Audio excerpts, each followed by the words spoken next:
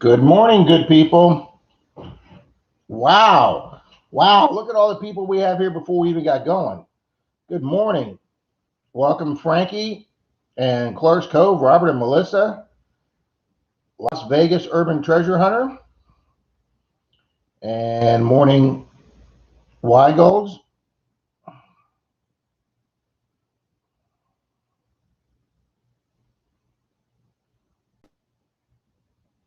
Put the coffee down. It's time to get this thing rolling. That's what I was doing. I was just making me a cup of coffee, sir. It's a hot cup of coffee, so it'll last a while. Robert knows I like my coffee in the morning. So good morning, everybody. I hope everybody's good out there.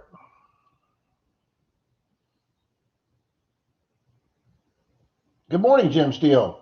Good morning, Mr. and Mrs. Smith. Oh, he gets to join us right off the bat, guys. Fantastic. I was just wolfing down a bowl of cereal, guys.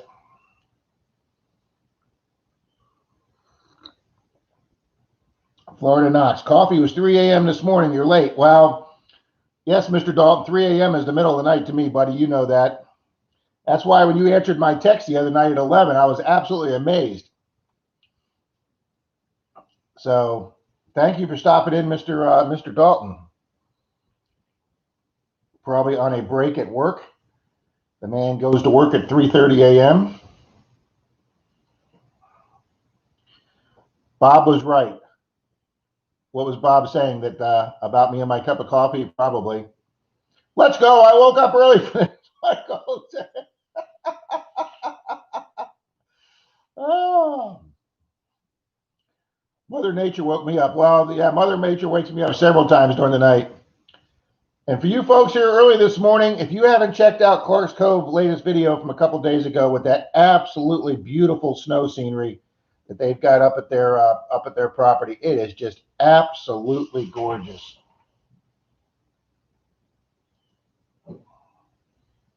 Let me get myself in the background here to make sure that I am.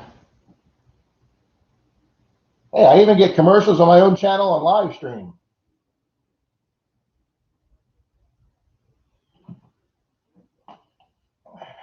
Let's put that there. Okay. Alrighty, guys, there we go. Got myself set up on two screens.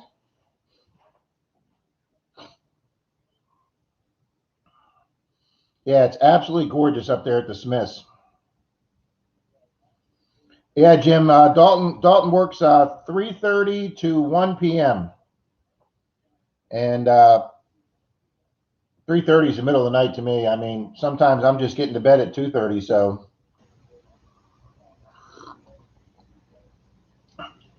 Yes, it was absolutely beautiful. Just those woods just look absolutely gorgeous. We should all send snow to Petey. He'd probably like that, Jim. Mayor Videos. Hi, Menardo Rob. Well, good morning. I talked to you last night in a coin roll hunting live stream. I was on several live streams last night, guys.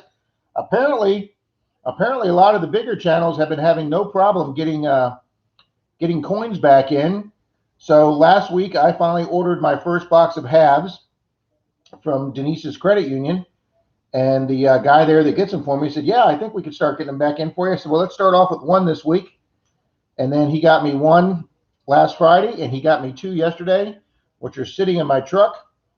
I did the first box of halves 2 nights ago and scored me some silver. You guys will be seeing that in a video coming soon. I was very happy with that first box that I've had since March. And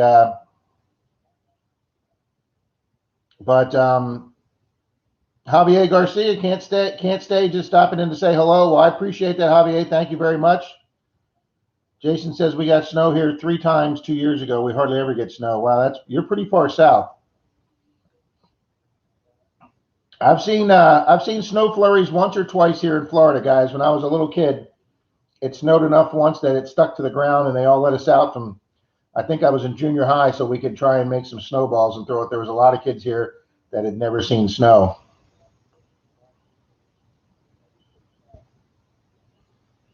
Florida Knots, I'm on my way to your truck for some halves. Yeah, if I disappear from the screen, it's because I had to run out to my truck to get my halves.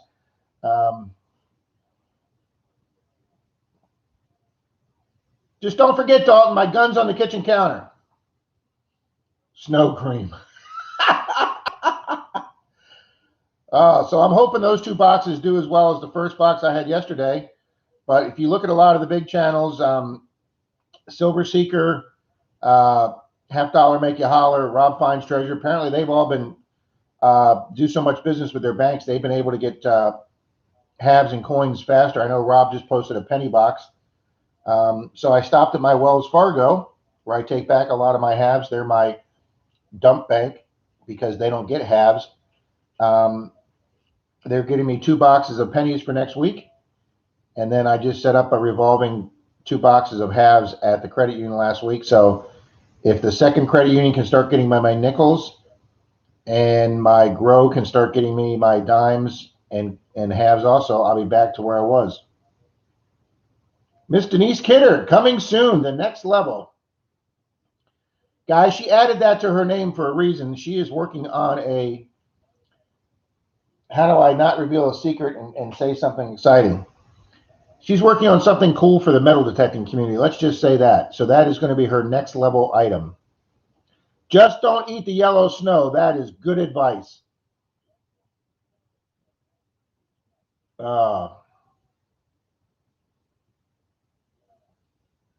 It's snow mixed with cream and vanilla and sugar. Ooh, I actually bet that's really good. Hey guys, Denise Kidder is a fairly new subscriber to my channel. She lives down near Clearwater Beach, and she hunts the south beaches south of Clearwater. Guys, the entire coastline of Pinellas County, like 60 miles, is just nothing but beautiful, pristine beaches. And she lives near one of the ones south of Clearwater, and she hunts there. And she has a buddy named Mike. He's the one I showed you that gold scuba diver pendant that he found on the beach. Great find. Mr. Nick Haas. Good morning, sir. Did I miss Rusty Digger? Good morning, Rusty Digger. Good to see you. He's also been coming in our Zooms the last couple of weeks.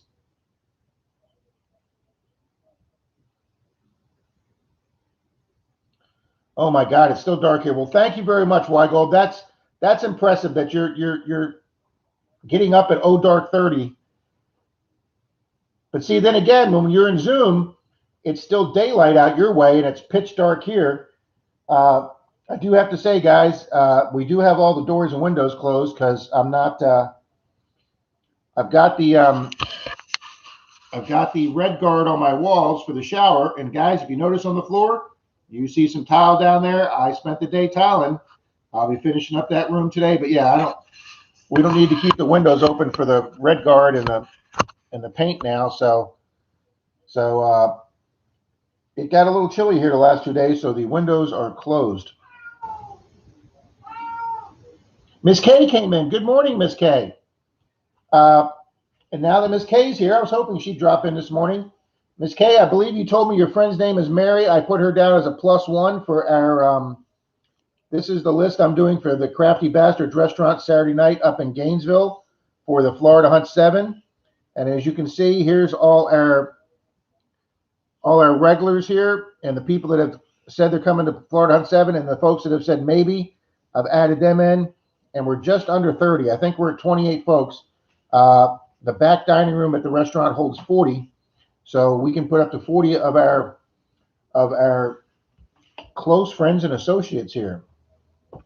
Nope. Oh my God! The last time he did that, we lost internet. Wow.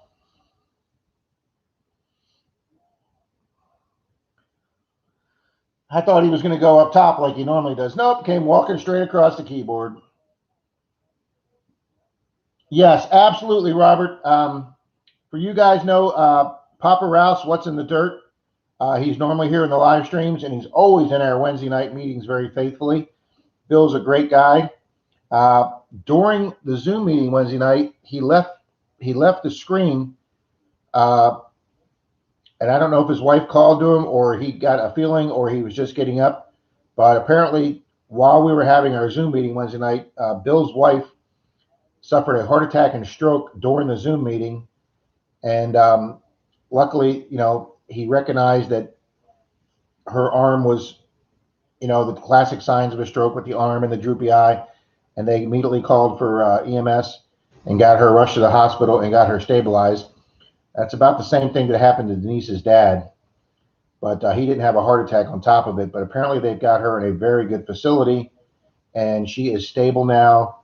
And I guess Bill's been in contact with Park Rat Pat, and yes, we all send out our prayers and best wishes for Bill's wife.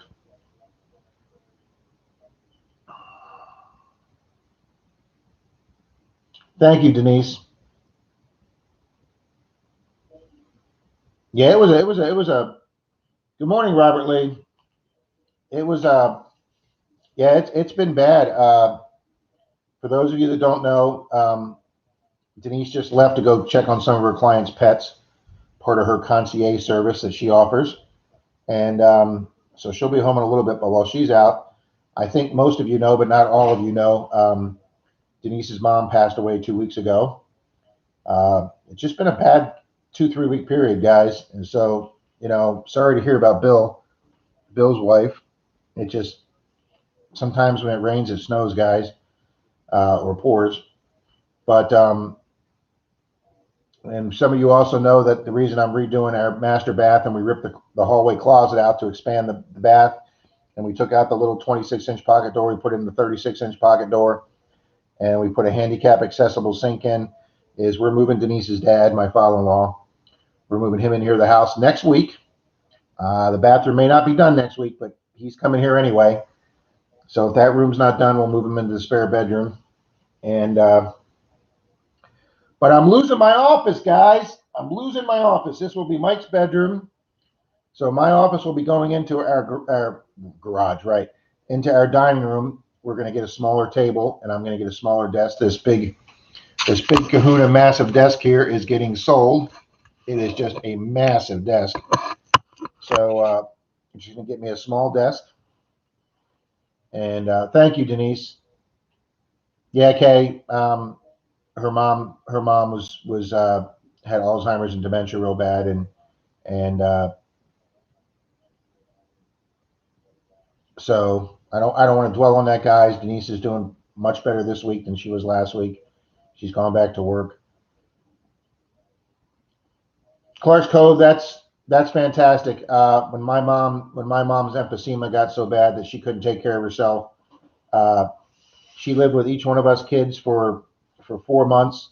So each one of us kids took care of part of the year, and then I drove her up to my older sisters up out in Missouri. And while she was out there in Missouri with my older sister, she passed on my older sister there. So yeah. Thank you, Clark's Cove. That's a very commendable thing. Mike's living in an assisted living facility, but they were both there until her mom got too bad. And we're not leaving Mike there by himself. Mike's a great guy. He's done a lot for Denise and I. He's done a lot for me. Super cool guy. So he can get around on his own. He's just a little slow. So we are definitely going to be moving him here, and we'll be taking care of him here. So Bill is a super nice guy, Jason, super nice.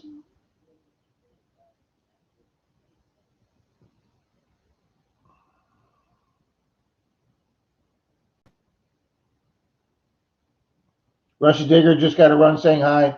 Oh, yeah, definitely try and get a hunt in today, guys.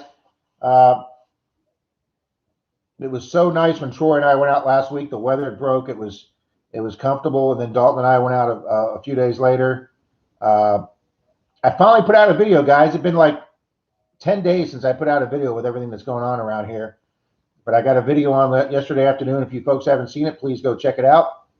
It's my cross-state trip with Troy out to the center of the state, to a city that's actually very friendly metal detecting, guys. They are so friendly metal detecting that a city employee has showed us all the parks where old city ground where old parks used to be. She went back to her office at City Hall and got a huge map of the city, big paper map, one of those fold-up ones. And she took a yellow highlighter, guys, and she highlighted all the city properties that we could detect on it. You tell me any person in any city that you've ever been to that's been that friendly and that enthusiastic about metal detectors. She just thought what Troy and I and Dalton were doing were just wonderful. So we're going to be going back there. Troy and I door knocked. We hit 3 properties. Troy got silver off one of them. I got 4 or 5 400-year-old Wheaties. And Troy got some incredible relics. A couple of them I didn't show in my video, so please go check out Dirt Troll and Troy's video. Guys, he got 4 or 5 relics, and all of them were just quality relics. I mean, it was a great relic day for Troy.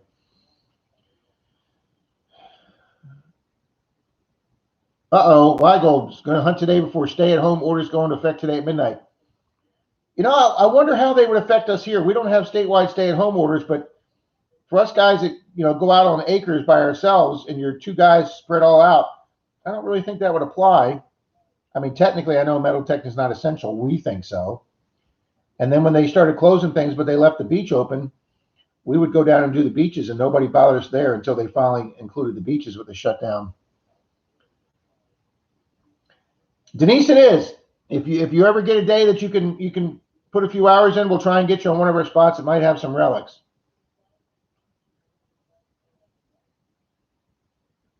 I know, Frankie. Wouldn't that be awesome if every town was like that? The little town that I live in, north of Denise's town here, there's like 2 little towns north and then mine. They're really nasty about it. I said, hey, can I hunt this park here? This park's been here since like the 20s and 30s. You got pictures up all around City Hall of people in little wooden boats on the edge of the bank and people picnicking in their, 1900s finest with, women out in the long dresses and hats. I said, there's going to be 1800s coins up there. Oh, no, we just spent millions of dollars redoing that park. We're not going to have you dig holes in it. I go, well, we don't leave the holes. We just cut a plug and put it. Oh, no, I'm sorry. I'm sorry. You can't be doing that.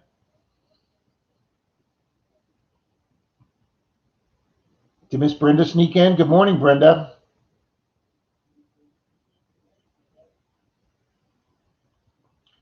Yeah, I missed some conversations here.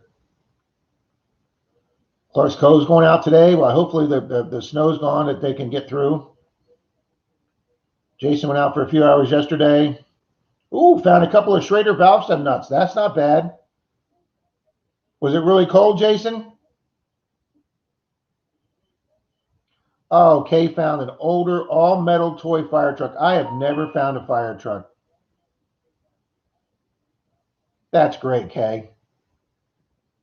Oh, Martin says we can start the stream here today. So let's just wind this up, guys. That's right, Martin. We'll start doing the important stuff now that you're here.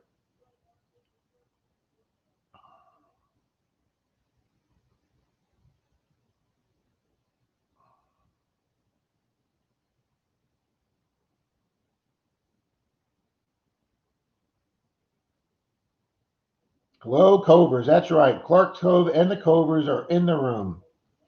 And the Rob's metal detecting Menardos coined. I'm giving that credit to Robert and Melissa. There's the ones that coined the phrase. Oh, 60 degrees there yesterday. Going to be around 50 there today. Well, yeah, that'll melt all the snow off. Oh, Frankie, it's funny you said that. We're going back to the flea market today where we found all the clad. Two of the 3 biggest flea markets in this area. We've got 3 huge flea markets in the Tampa Bay area here. 2 of them have closed down permanently. The county shut one of them down, wouldn't let them reopen after COVID due to all their old wiring. Said it had to be all redone for fire code, so they closed down. And then the other one that was even older down in Pinellas County, Wagon Wheel, the family that owns it decided after like 60 years they just weren't going to reopen it after COVID.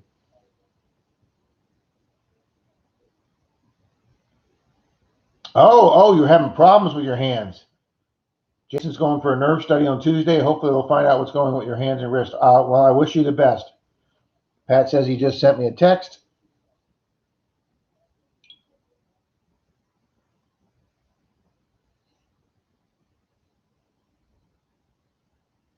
For you fellow Southerns and rednecks here, Pat just sent me a picture of his Thanksgiving dinner. Don't that look like good eating? I'm telling you.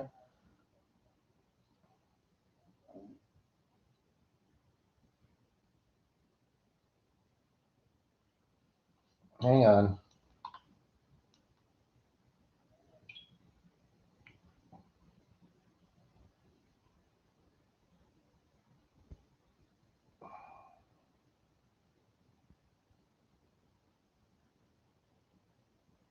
Okay. Park Rat Pat just sent me a text, guys. And he wants to initiate a giveaway here in Clark's Cove. I know I'm behind on getting your coin out. I've got it right here. And I've actually got the envelopes right here to mail it out. Now that things are getting a little more calm here, I can get caught up on my prizes out. All right, Pat just said he had a 16 coin spill. So you need to guess how much money the coin spill was on his 16 coins, and they will win a lucky rat.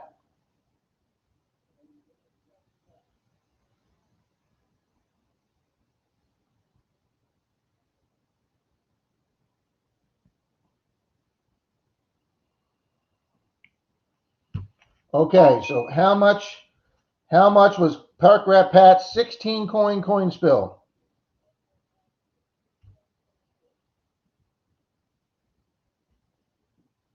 Now he's telling me I said that wrong. Hold on. I may have screwed that up. Go ahead, sir. Did I screw that up? So it was. Oh, because you wrote, hold on. Nope, you're right, Pat. I read it wrong.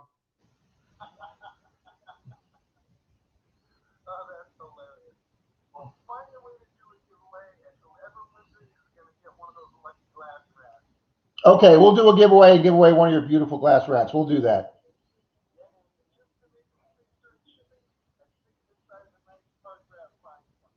Ooh, okay. Okay, we'll take care of that, buddy. Will do. Pat says, give everybody his love. He's out digging right now. I screwed that up, guys. He actually found 16 coins, he actually found 16 cents, not 16 coins. So technically, Clark's Cove got that right. So we will do another giveaway to give away one of Pat's beautiful glass rats, and I'll send Clark's Cove another prize. All right, see you, Pat. All right. All right, I got that wrong, guys. And for those of you that haven't been on Pat's channel in the last few days, he has a glass blowing artist making these beautiful glass rats. And let me scroll through because he sent me pictures, guys. They are absolutely gorgeous.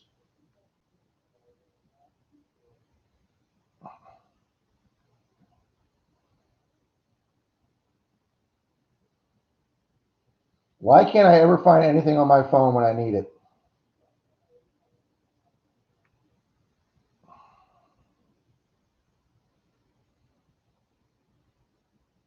Well, if you guys have been on Pat's channel for the Advent, and I know a lot of you have, yesterday's video, he showed all those glass rats there. Absolutely gorgeous. So we'll give one of those away this morning. Possum on the half shell. Yum.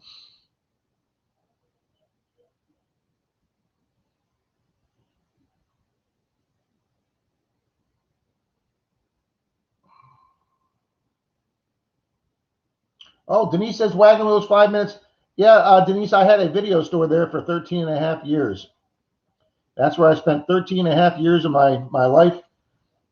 I had my video store there, and then when I got hired by Disney and they wanted me to start working on Sundays, Denise would come in at noon and take over the video store for me, and I'd head off to Disney.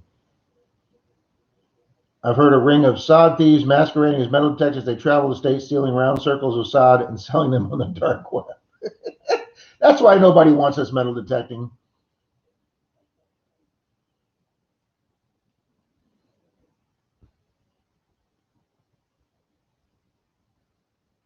See, there's another good idea from Clark's Cove. Instead of putting the C at the end of Maniacs, use an X and have 2 cross detectors. See, I'm going to write that one down, guys. That's another great idea.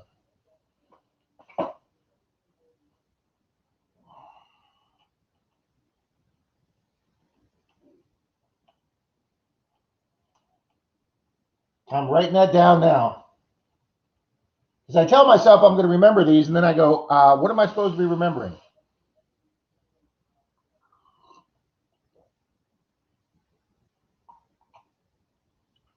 Well, Pat did stop in and say hi. Okay, he's out in the field right now. Well, Jason, I hope you get feeling better or get the test done. I hate that nerve test where they shock you and measure your response. Well, yeah, that would suck.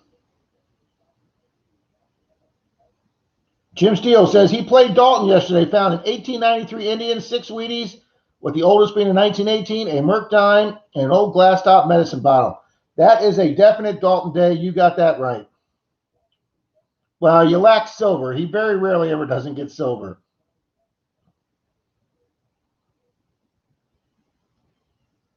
But that's a great day.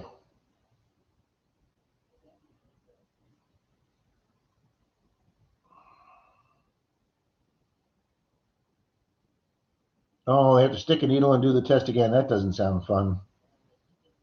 Oh, Miss Susie Q's here. I'm sorry, Susie. I'm a little behind on my chat here.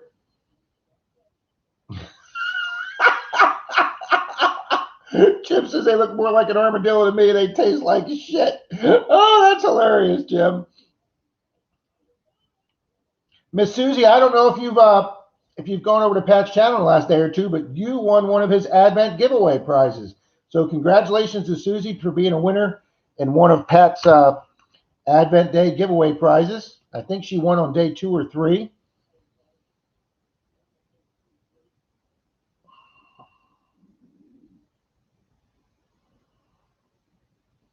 Well, that's cool, Denise.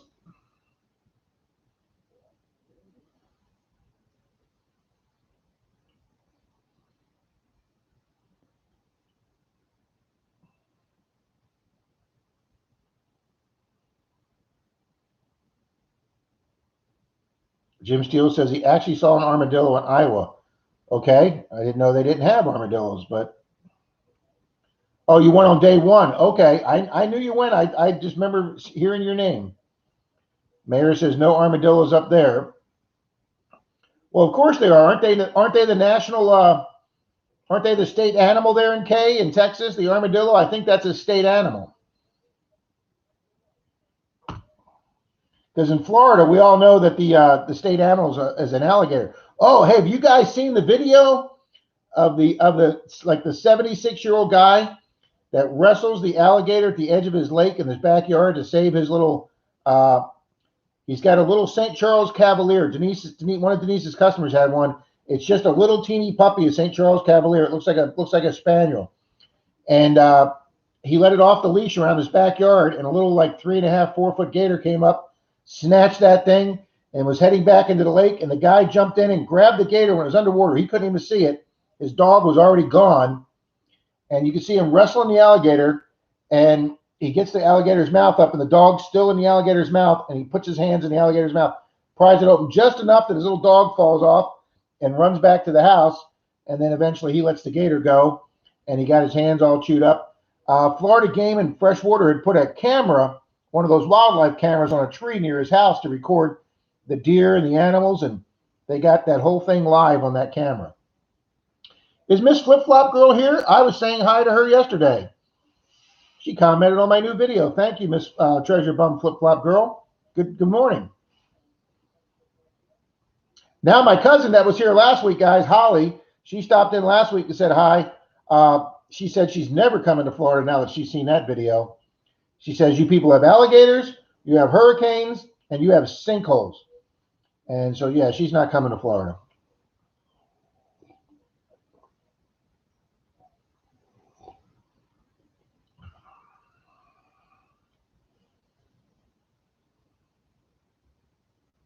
So Wayne is Treasure Bum. Okay.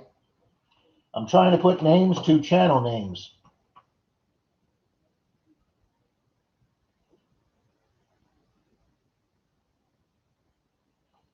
That way I can call people by their name. The armadillo is the only animal in North America that carries leprosy. Google it.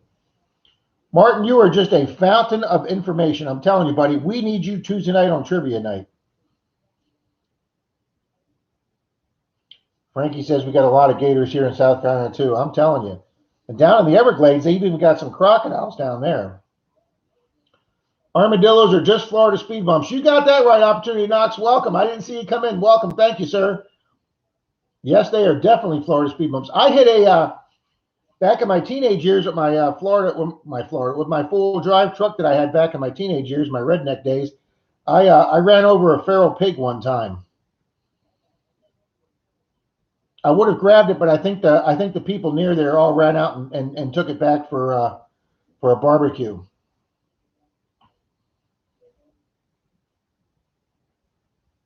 Okay, sorry to hear that.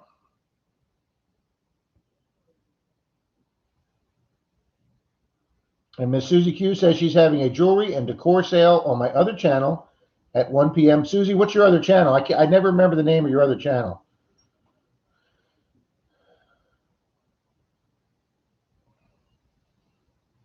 Okay, so is Sean Opportunity Knox? Okay, I got to get that name associated.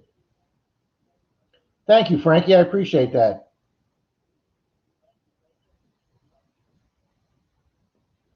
Here's Miss Athena. Hi, Kitty. Hi, Kitty. We don't ever see you. We don't ever see you. Hey, there's my construction office there.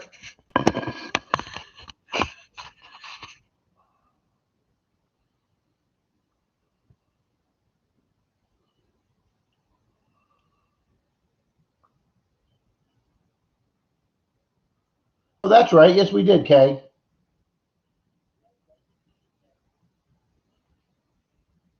Oh, this is your other channel. Okay, I'm sorry, Susie. I didn't even see the jewelry decor. I'm sorry. Just call me Menardo Rob. I didn't even see that on the end of your name. I just saw Susie Q and I stopped there. Alrighty, so on that channel, Susie's showing.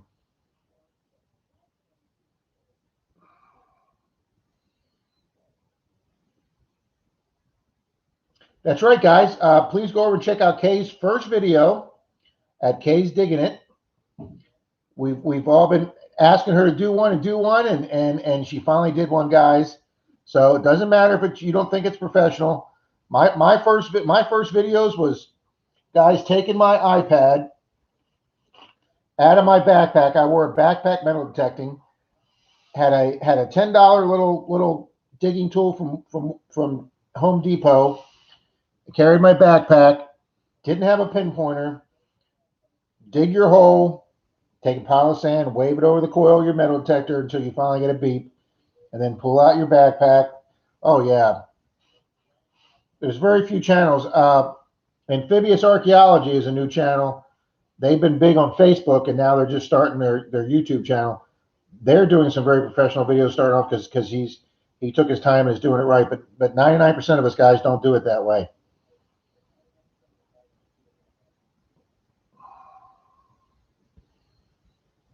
See, that's it. We got to give encouragement to Kay, so she'll do video number 2. Frankie says mine are not professional at all.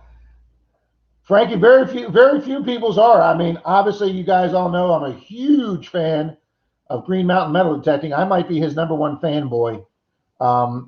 The most professional, not just metal detecting videos on YouTube, just any videos on YouTube. His B-roll, his footage of the plants and the little animals and the bugs that he does and the mushrooms, and the way his camera real slowly pans on them. I mean, he's got like a super slow pan, and then you see him in the background detecting. And now that he's got the drone, he does the drone shots. Yeah, I'm a huge fan of Green Mountain Metal Detecting.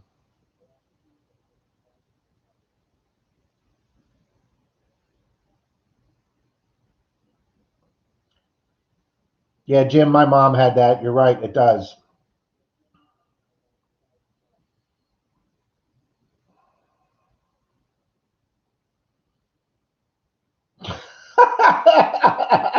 Susie says her first video looked like she was filming accidentally. That's pretty funny, Susie.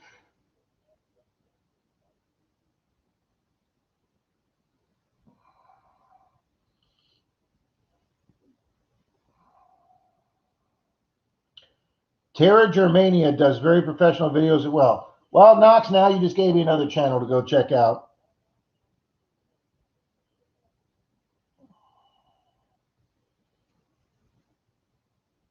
Now, from what I understand,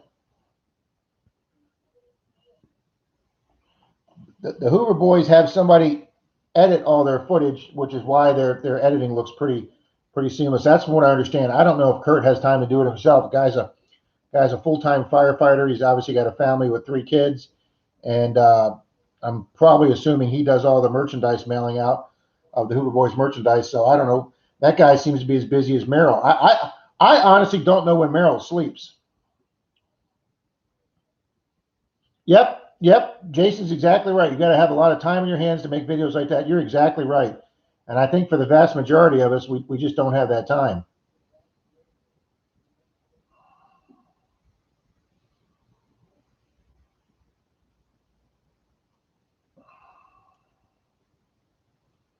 It does. Guys, I enjoy. Editing is something that, guys. I've never been on social media till I mean, I have a Facebook page, but you people know that I post there like once every 2 months. I'm way behind on Facebook. I miss a lot of my messages because I'm not on there a lot. This YouTube thing's the first thing that I've done on social media on a regular basis. Hey, 20 people. Thank you, folks. Wow, we're up to 20 people already. Um, and I've just obviously found making videos on YouTube and editing, but I have found that I really enjoy editing. It's a very calm and peaceful thing for me to do. I have fun with it. But just like my tile work, I'm pretty good at it, but I'm dang slow at it. It just takes me forever. I've never had a trivia, but they sound tasty. Jim, you prove them wrong for as many years as you can.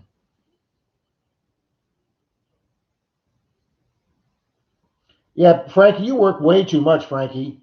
You, Martin from Randolph Relic Recovery, and Jason, all you guys work way too much. I'm hardly ever on Facebook either. Oh, it's pretty funny, Jason.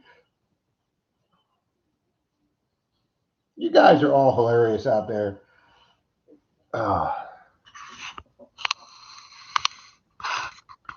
I don't know if that made it better or worse. I found out my new camera actually has a focus wheel on it. So guys, I'm assuming my aircraft, my British Spitfire painting is going to stay hanging here. What's going to be Mike's room. So I will probably have a different background next week, guys. I'll be on this little portable desk table, but you'll just be seeing different bookshelves with my videos on them.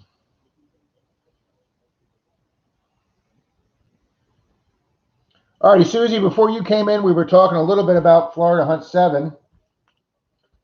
I've put you down on the list here. These 3 folks are maybes. Kicking Cancer Metal Detecting, which is Dennis. Reed's Art and Adventure. He says he's hoping to make it, and if you're possibly going to make it, I've got you guys down here on our maybe list. But with you and then the folks that are definitely coming, we're at about 28 or 29 for a restaurant. The back room at the restaurant that we have reserved strictly for our group holds up to 40, so we still got plenty of people. So I'd love to see Martin up there too, if that guy could actually get 2 consecutive days off of work.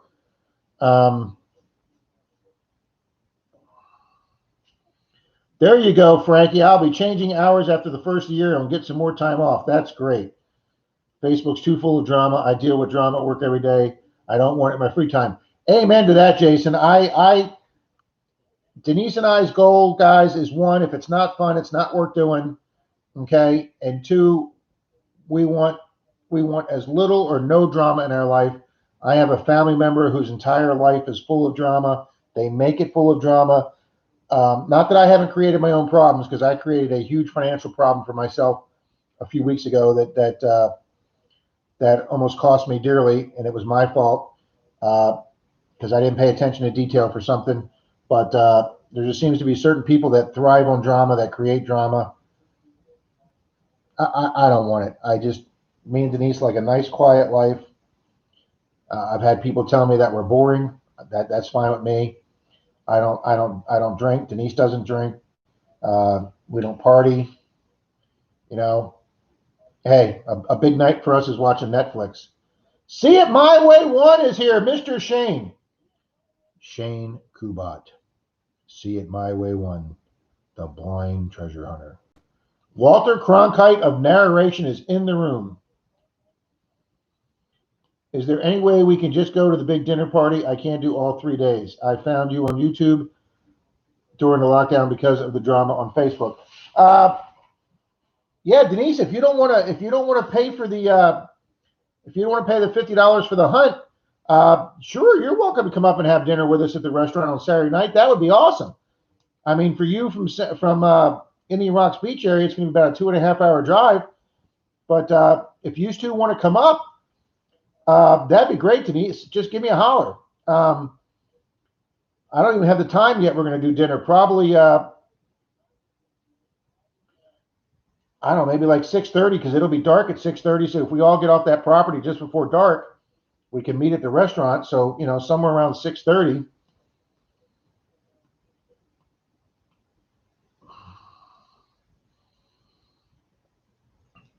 Well, you can do that, Jason. I'm not sure if you'll get a word in edgewise. Martin's got some stories, man. I'm telling you, that man can tell some stories.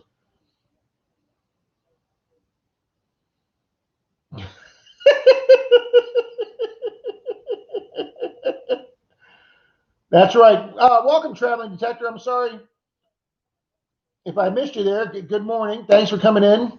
He agrees to no drama. But yes, Denise, you can go to the dinner.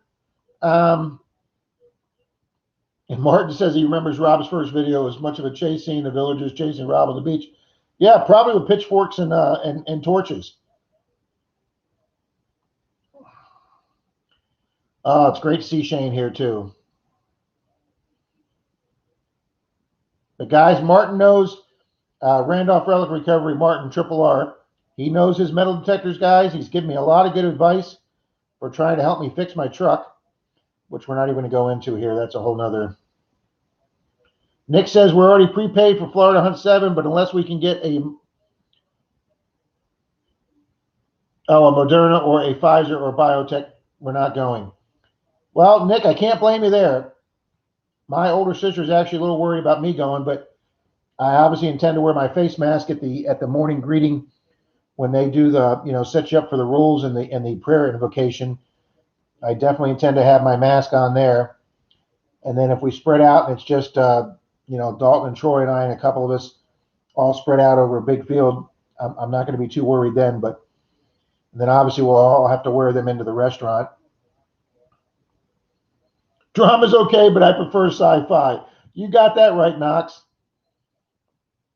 Well, Nick, obviously, if you do come to Florida Hunt 7, you are obviously welcome and included in our group for the back room. I'm going to put Nick down as a...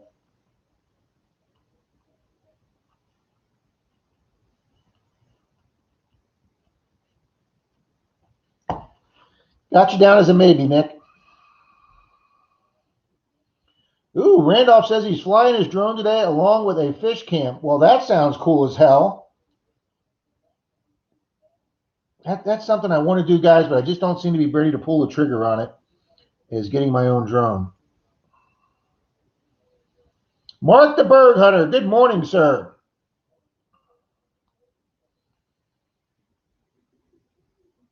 Okay, and now we got the opposite end. We've got Gene the Simple Life. Welcome, Gene. I'm sorry, I just missed you there. I went right over that whole line of...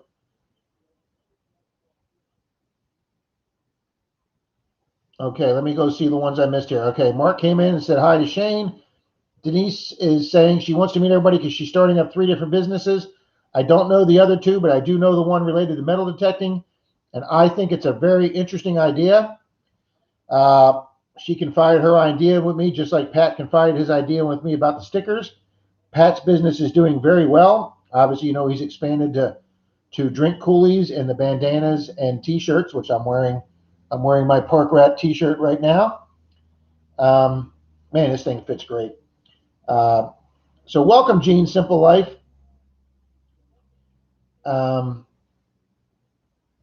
But yeah, Denise, you're more than welcome to come. And if you've got your prototype or your idea written down or registered that nobody can steal, you're more than welcome. I'd be happy to tell about it or show it off at the dinner meeting because it's going to be an idea where people go, why the hell did I think of that? Because that's what I said when she presented the idea to me. Well, Susie, we hope you get saved up for that, and I hope you can find some clad for it because that's what Dalton's doing. Excuse me. Dalton's saving all his clad right now from metal detecting to put towards his trip. And Weigold says, I hope we don't need a vaccine to fly in February because I refuse to get it. See, guys, we got people on both ends of the spectrum here. Some people don't want to get it. I may actually go get the flu vaccine later this month. I've never gotten it before. But I'm not as young as I used to be once, and I may go get it this year. Because I am not in any of the special groups to get the COVID vaccine anytime soon. So, who won the rat? We haven't done it yet, Pat. We've been waiting for you. All right. Well, we got, holy smokes, we're up to 26 people. We jumped from 20 to 26. So, since we're doing that right now, let's go ahead and do the giveaway for Pat's rat. Let's do that right now. Where's one of my markers at?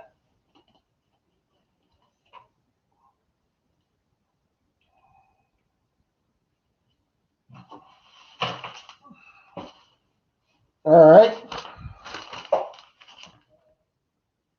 Jason Smith said I had to do this off camera because he could see what I was writing just by my keystrokes.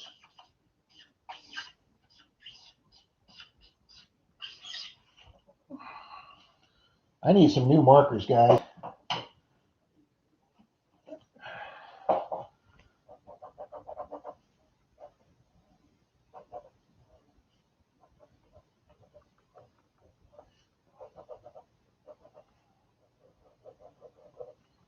Alrighty, gang. And make sure I'm coming up here. Kay's back.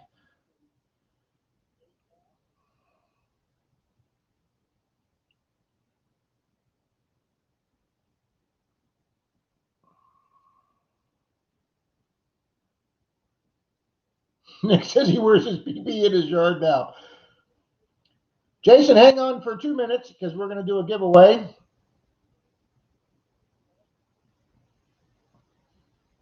The Mavic Mini 2 is my next purchase. If you buy a drone, make sure it has a video stabilizer, 3-axis gimbal camera. That's very good. Okay.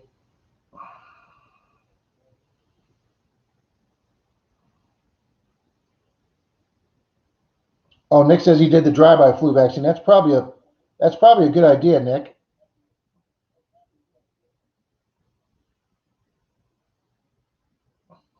See, Jim, I'm not even saying anything to that. Okay, Susie wants the rat done. Okay. All righty, guys, here's what we're going to do. I think I'm caught up here with the comments. All righty, guys, we're going to do our state. Guess the state. Whoever guesses the state correctly is going to get a beautiful glass-blown rat from Park Rat Pat. And go ahead and go.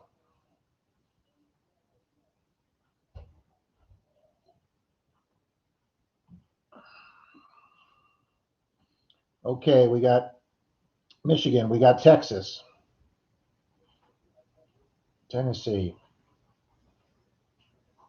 Gotcha, Martin. Colorado, West Virginia, Montana, Iowa, Florida, Vermont, Utah, New Mexico, Georgia, Florida, Kentucky, Illinois, Jersey, Iowa, Florida, New York, Virginia, New York, Maine, Illinois, Ohio, Dakota, Virginia, Florida, North Carolina, Alabama, Arizona, Kentucky, Wyoming, Hawaii, Maryland, Massachusetts, PA, Alaska, California, Maine, Mississippi, Alabama, Louisiana. Nope. Boom. There we go. There we go. Idaho. Stop. We can stop, guys. Weigold's got it with Idaho. Way to go, Idaho. Yes, Weigold's Metal Detecting Adventures. And I think I have his address here from another giveaway he won. So I will forward that to Park Rat Pat. Weigold's Metal Detecting. Man, do I have any pens that write? Metal detecting adventures.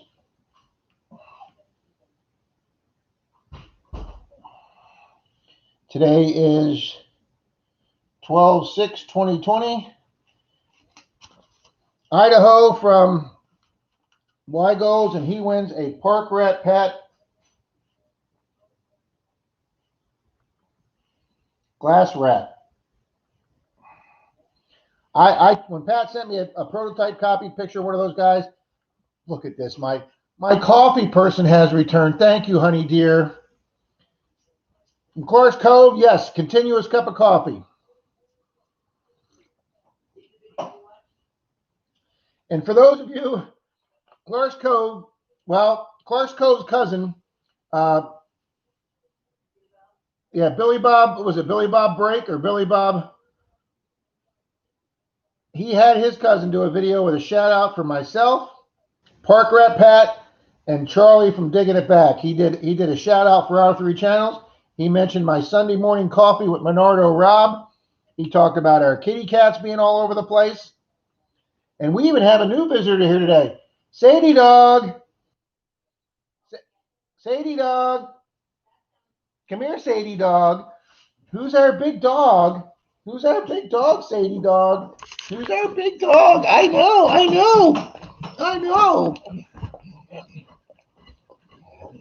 I know, that's Sadie Dog. As you can tell, she's a real killer. Guys, labs have got to be the friendliest dogs in the world.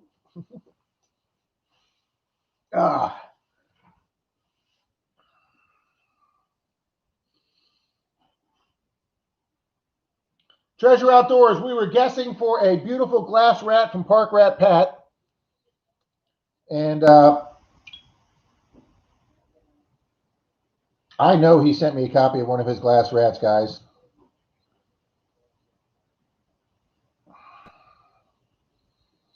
And as soon as I find it, I will pass it on. Now that I have dog slobber all over me. Denise just gave her a bath, so it's clean dog slobber. But that's Miss Sadie Dog.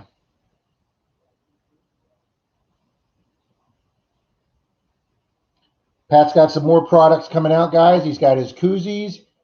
You saw his chips he's using for his giveaway. Then he's got his little magnifiers or magnificators with his logo on them. He's got some really cool stuff, guys, he's putting his logo on. There it is. I knew I'd find it. There's the Park Rat Pat glass rat with the metal detector that he's having the guy custom make. That is a beautiful little glass blown figurine, guys. Yeah, I didn't show you that one, hun? Yeah, he's holding a metal detector. Yeah, even Denise liked it. And we know how much Denise is into metal detecting. She says. I go, honey, you want to go be my camera person? No. Because she knows if she does it once, guys, I'll ask her to do it again.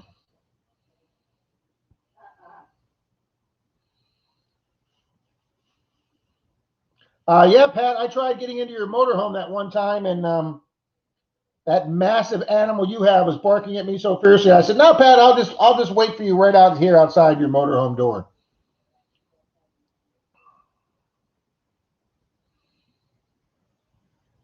The angel is back, Jim Steele says.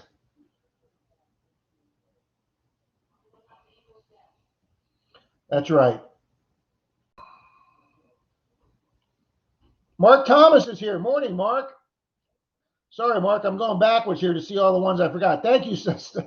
Thank you, Kate, for the stop sign. Redraw, PD says.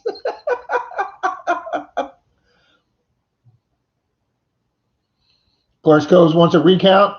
Yeah, everything seems to be a recount lately, Robert. New Kentucky. I like that shit. Yeah, how many states start with the word new in front of it? We got New York, New Jersey, New Mexico, and now New Kentucky. Oh. Yeah, Detroit, Opportunity Knox, they split off on their own.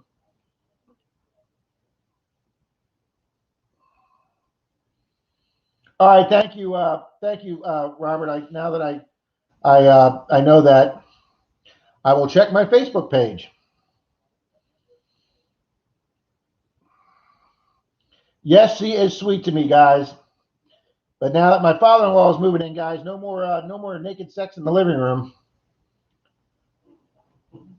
Cuba. That's the 51st state, Knox. Joe Bob. That's right, Joe Bob. It wasn't Billy Bob. It was Joe Bob. Thank you.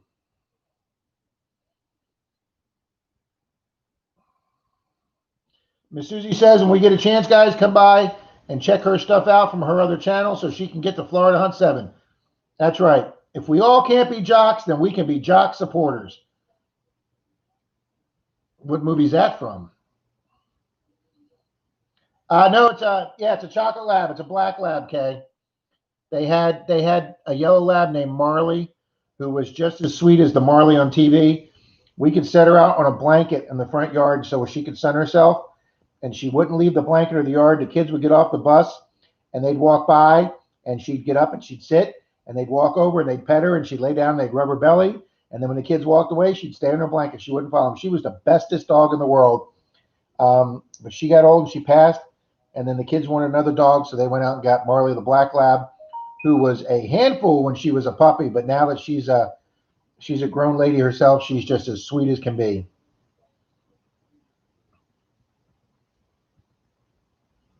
Mark, I heard that. And I hope you don't quit YouTube. I'm glad he talked you out of it.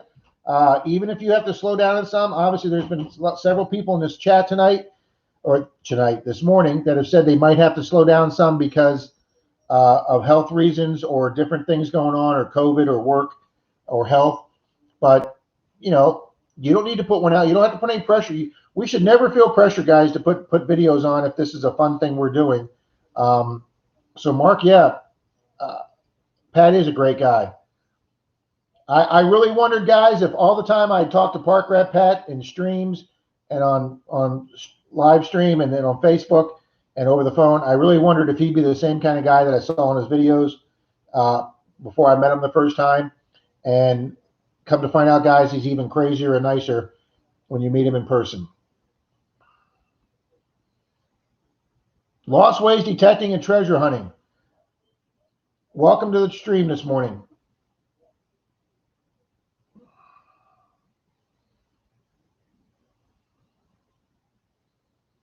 Say good morning to Denise for me. Good morning, honey. Miss Kay's digging it, says hello. Treasure Outdoors. It is. That is so cool looking. He's got like 6 different styles now. But yes, the one with the metal detector is really cool. Kay, that's nice of you to say for Pat. Mark Thomas, good morning. Welcome. We were up to 26 people, and then a few people had to leave to go detecting, so now we're back up to 20. That's great. Maybe if you didn't lock her cat in the cupboard, she'd be more receptive to metal detecting. That's probably a really good point there, Knox. Man, that was a bad day. Wow, was that? Well, I guess when they say all's well and ended well, one, he didn't get out and escape. He didn't get hit by a car. He wasn't running loose. We found him.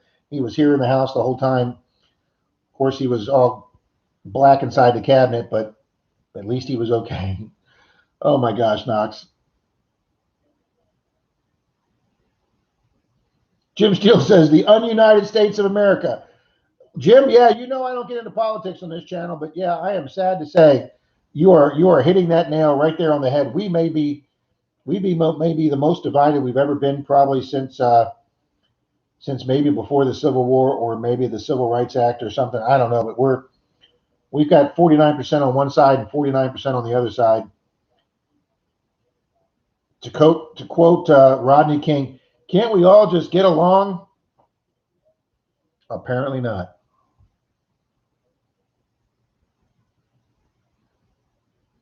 Hit that like button, Denise Kidder says. Thank you, Denise. Traveling detector screwed. Oh, wait, did I miss the Groany Boys coming in? Yes, I did. Good morning, Groany Boys. Is that John with us this morning or his brother?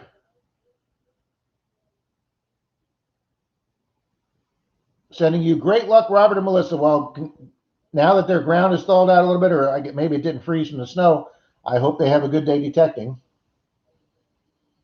Bob, I can't type today. John, okay. Morning, John. Just saw you in the Zoom meeting on Wednesday nights. Guys, we had a great time. We had I think at peak, we had 15 or 16 people in Pat's Zoom meeting, guys. And man, was that a blast.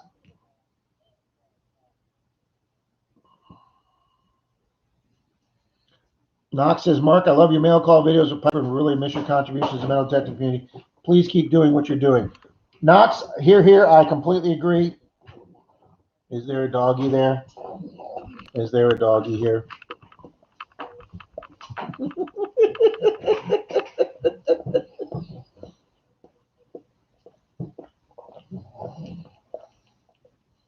I filmed you sleeping the other night because you were making snoring noises. So you're going to be in my next coin roll hunting video. I know. That's her tail hitting the cabinet, guys. What? What are you doing? Coming up? Coming up?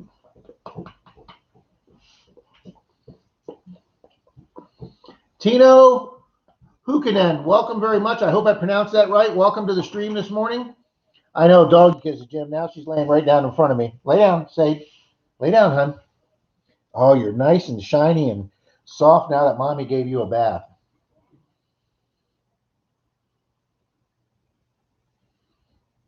There you go. There you go, Mark. I hope you're feeling all the love here from all these people showing the love towards your videos. Okay, Tino, thank you. I got that close enough that they said that's okay. Fantastic. Well, welcome to the stream. We're just having a good time this morning. We are doing great. We are down here in Tampa Bay, Florida. And honey, what's the temperature out there, you think? 60-something. Denise says it's probably in the high 60s, which is chilly for us, but that's fine. Not quite cold enough to put the heat on. So there you go, Traveling Tector. I used to put pressure on myself to put out the videos, but not anymore. There you go. Mark says they maybe put out a mail call video today. There you go. With him and Piper. That's another thing I'm considering, guys. I'm thinking about getting a P.O. box so I can start getting mail for mail call. I'm good, just ill. Well, I hope you feel better, sir. Wow, Jim says it is 28 degrees, and Jim, no, that's too cold, sir. When Dalton and I went out the other day, it was in the 40s in the morning. I think it was 48 when we got in his truck, and both of us were bundled up like Nanook of the North, and fortunately, that only lasted like 3 days. Susie Q says, okay, I'm seriously gone now. See you later, Gators.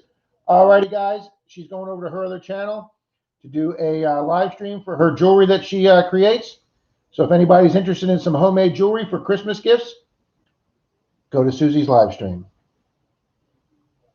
This hobby should be fun. Knox, you hit that right on the bat. This is Merrill from Metal Detecting New York City, guys, calls it Fun Club. Come to his channel and Fun Club. And guys, that's what it should be for all of our channels. If it's not fun, this isn't our job. This isn't work. Of course, when I was a newbie metal detectorist, I thought the first week I was going to be out there that I was going to make a living with my detectors, that I was going to be finding $20, $30, $40 a day or rings all over the place I could sell.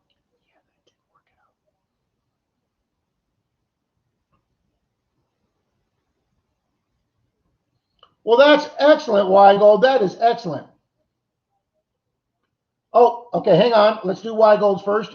He forgot to choose a winner for his giveaway, but only 2 got the answer right.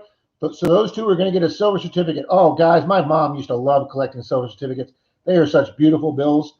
Okay, Grony Boys. Rob or John wants to remind us that they are having a giveaway also. He will be choosing a winner next Sunday. So get over to the Grony Boys channel. Guys, they hunt some of the same areas that Florida, Dalton, and Troy have had. I know Dalton's had the opportunity to hunt with them, I believe. I'm not sure if Troy has. Simon from the Weedy Boys hunts with them. They're good guys, gang, and they find some really cool stuff. As about as old as you can find for this area of Florida. And I'm hoping to get together with them before Florida Hunt 7 But if not, we will definitely be getting together and seeing each other at Florida Hunt 7. Susie said she goes live at 1 p.m. Kay says it's 48 in Texas where she's at right now. Tino says he's a YouTuber too, guys, so let's go check out Tino's channel. Tino, let me write your name down right now so I can go check out your channel.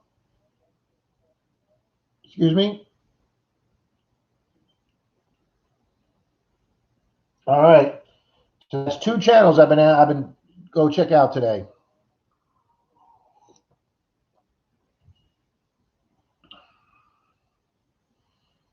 Kay says she's already watched and commented on it, John.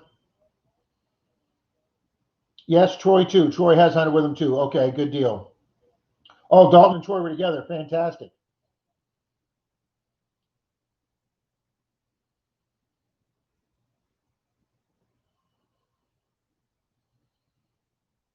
Yes, that's a good question. Tino, where are you at? Knox, you got that right. I did the beach. I did the beach in the water for 6 hours. We looked for a ring. Wonderful lady, guys. I was so upset we couldn't find her ring. She was throwing a football with her grandson out in the water, and she thinks the ring flew off when she threw the football. They gave us an area they were at. We were in about waist deep water out in the Gulf last week. 4 of us. And one guy stayed about 2 hours, and then the other 3 of us stayed 3 hours, and then those 2 guys left, and then I gave it another half hour on my own. And guys, I just felt really bad. We couldn't find her ring. It was a very nice, expensive ring.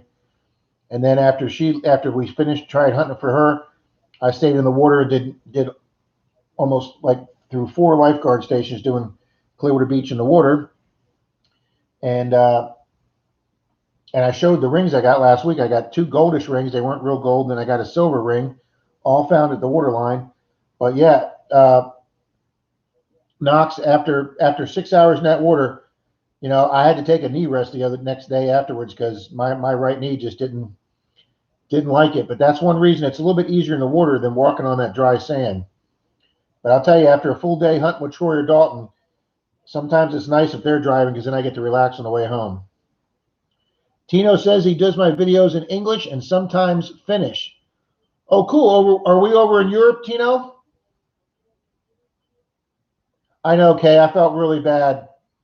She was such a nice lady, and she gave a donation to the club. Very religious lady. I was really hoping we'd find the ring for. And then we have people we find rings for, guys, that we find a $10,000 ring for them, and then they just say thank you, take the ring, and then they just forget who the people were that found it for them. Traveling Detector says he just entered the Groany Boys giveaway. Simon from the Weenie Boys is here. He must have had his ears ringing hearing us talk about him, guys.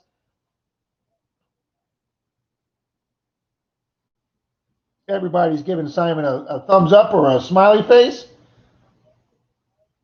There you go, Kay. There you go. That's the way me and Denise feel. It does suck getting older, Kay, but it beats the alternative. I remember being 29, and I never thought for sure as hell I'd be 59. Well, thank you, Nick. Our actual club pays the ring finders fee, and our club belongs to ring finders. And then what happens is you have to qualify to be accepted to the ring finders club as part of our club. And then once you get accepted and you agree to the rules of the ring finding, you're put on the call out list for texts and notifications. And not all the guys are water hunters, so I usually get called to help with the water hunts because I have the Knox and the scoop. And we don't ask for any money up front. We don't charge anything to come out and look for it. We usually have a 70 to 80% success rate, especially if they can give us a really, really good area that they're in. And I really thought, I'll be honest with you, I really thought this ring was going to be, less than a half an hour and we'd snag it. Because on Clearwater Beach lately, the last two items we found have been in neck deep water. I mean, over 5 feet, and we've managed to find those in rough seas. And here it was a calm day on the Gulf, and it was only in 3.5, 4 feet of water. And I don't know if a detector came that night or like at sunrise and found it, but we didn't find it. Talking ill of me? Absolutely. We were talking about you hunting with the Groany Boys. And guys, Simon just found something cool. Hey, we're here to promote everybody else's channels.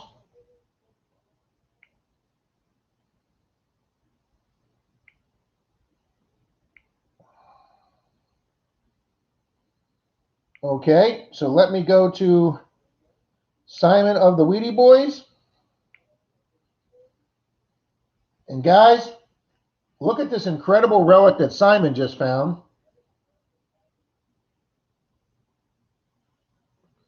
And it is patented, I believe it says July or January 1894. Guys, that's one of the oldest relics our group has snagged around here. If anybody has any idea what that is, but 1894 patent date.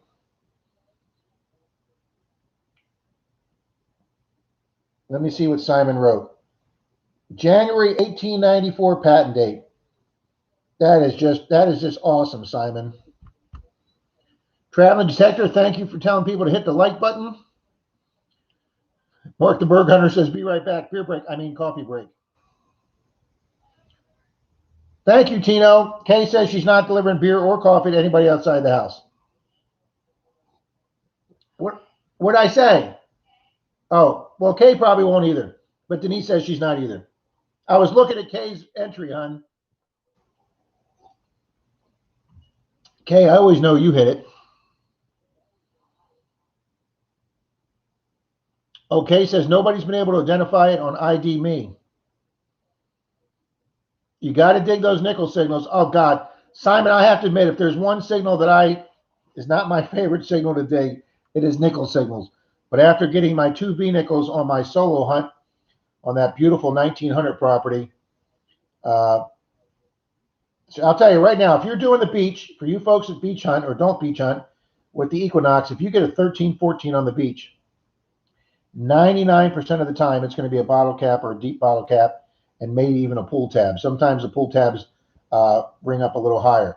But if you get a 12 or 13 or a solid 13, there's a good chance it'll probably be a nickel. I hit the thumbs up twice, once for Rob's video yesterday while working on my car. Thank you, Mark.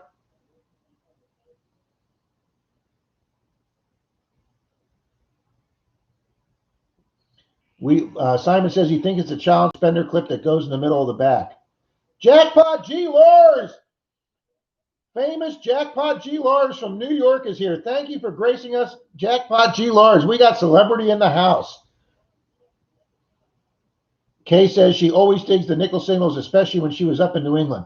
Yeah, probably up there, Kay, it would be worth digging them, especially if you're in an area out there in the woods that doesn't have pull tabs or too many modern bottle caps.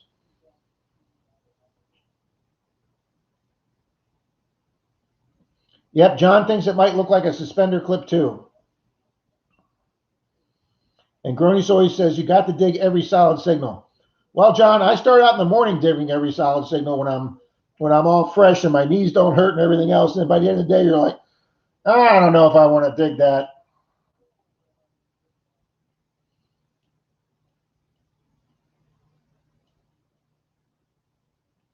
Well, I don't know what time it is over there, Tino, but it is 10:14 in the morning here.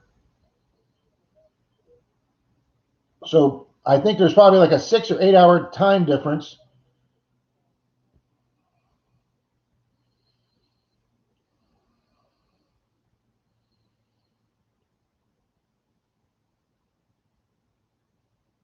Yeah, Tino, we'll all be checking out your channel probably after we get off the stream here.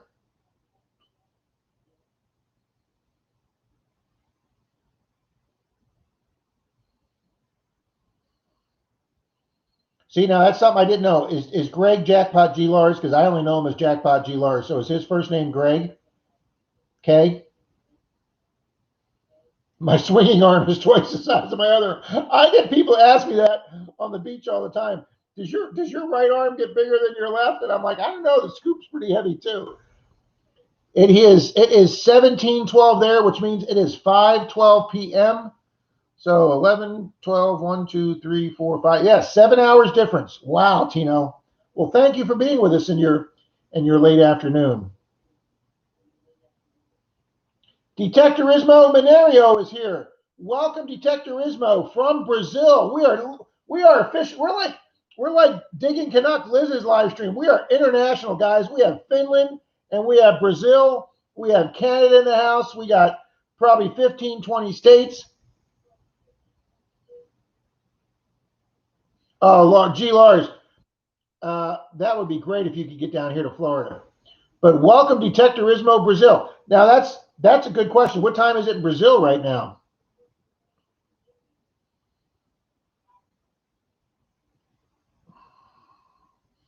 You know, when I hurt my right shoulder, guys, when I was doing some rehab work, I was taking off the old popcorn on my ceiling up at my house, guys, a couple towns north of here.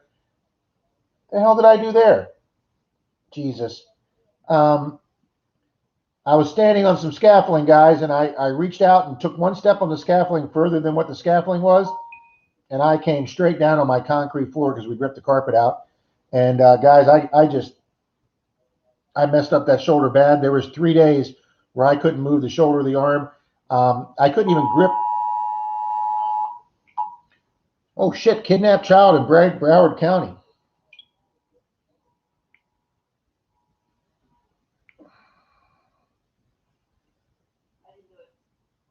Yeah, Denise says she didn't do it. Yeah, we get our Amber Alerts here on our texts and our phones in Florida, guys.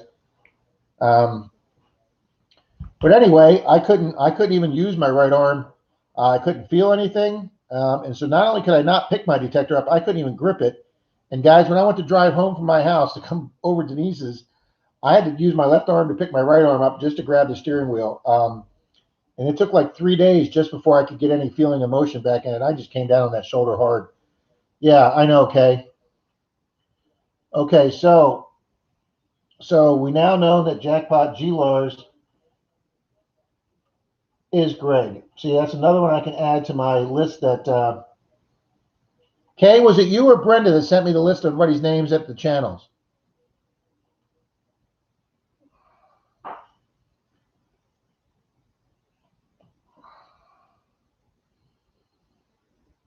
Treasure Outdoors says you got it too. Oh, that's right. Treasure Outdoors is right here near us.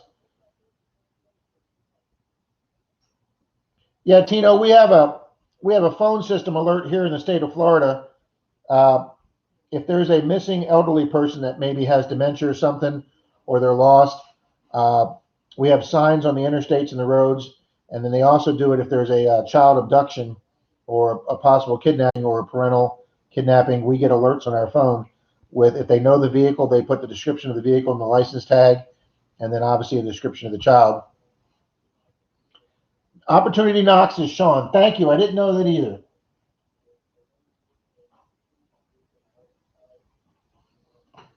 Well, we know the Groany Boys is John. That's a K. And older folks is called a silver alert, which is like silver sneakers. K's up on everything, guys.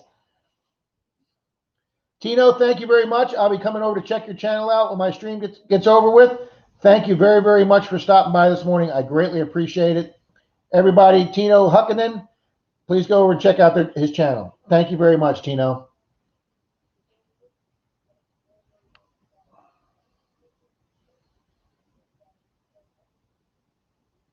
Thank you, Frankie. Mark, that's very nice. Ta-ta for now, using the, who used that on, was it Tigger? On Winnie the Pooh? Yeah. TTFN? Yeah. The Silver Siren. That's pretty good. That's pretty good, Greg. Oh. Simon, you off today or you got to go in later?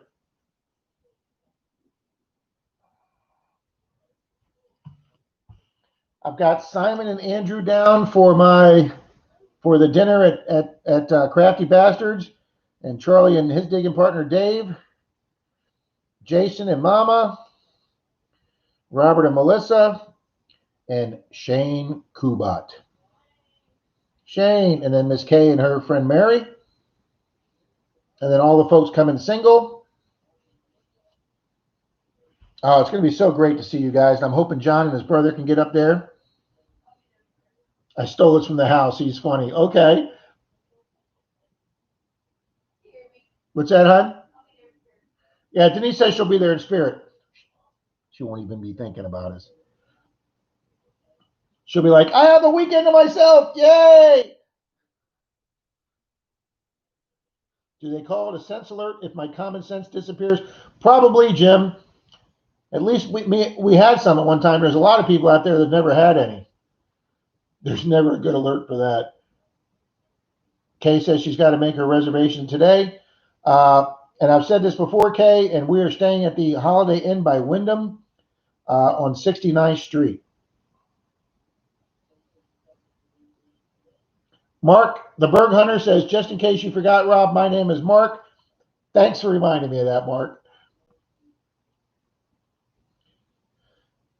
Simon says he's working, but they have extras, so he's going to go home. I've worked over 40 hours in 3 days, and you're exhausted. Hell yes, Simon. Rest your feet, man. Denise says she's going to say goodbye. The Santa Parade is today at Indian Rocks. So if you want to get to the beach today, I got to get moving. Hope everybody has a blessed day. Well, go see your Santa Parade. Oh, Denise found my stickers. Okay.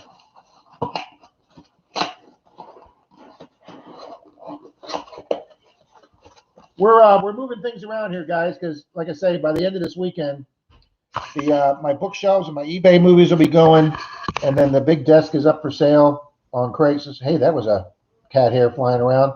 So with my father-in-law moving in, I'm taking over the office as a third bedroom. Alrighty, guys, so I got to get my stickers ready. Pat made me some small ones and some large ones. So I'll be sending some of these to Pat so he can put it in with the glass to the, well, no, I got the Clarks. I got to send the Clarks for Y Gold. And then I got to put this in with the Clarks coin. It's right here today. I just got to get off my ass and get it in the mail. And I owe a couple other people some gifts too. And I have not forgot that I owe you guys prizes.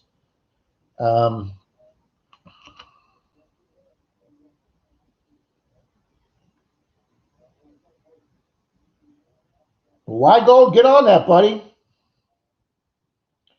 Nick, we're past the back injury stuff. We're you know, I don't like to talk about my health problems here, guys, because I know people don't want to hear about them, and I'm pretty blessed with good health anyway. But I've been seeing a chiropractor for 40 years. They are wonderful. If you folks don't agree with that, okay, but they have done wonders for me. And I hadn't gone in the last couple of months.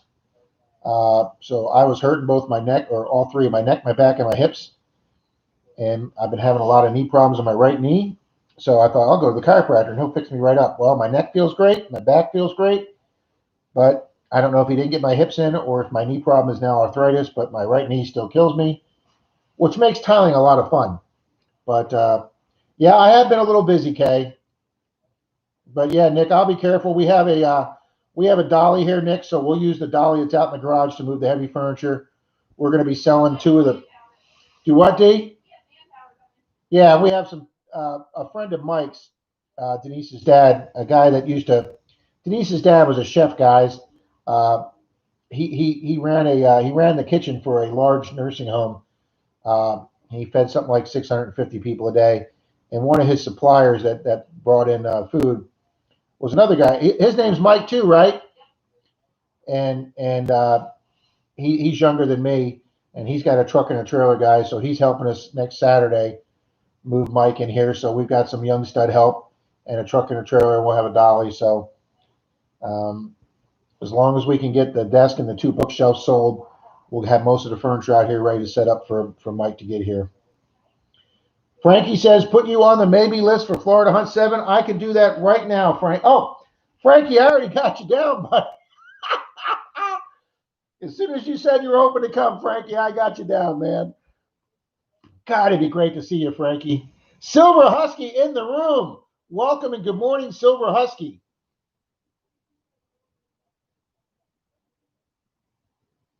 Yeah, Simon Mayer Videos is here. I was talking to them last night in a coin live stream.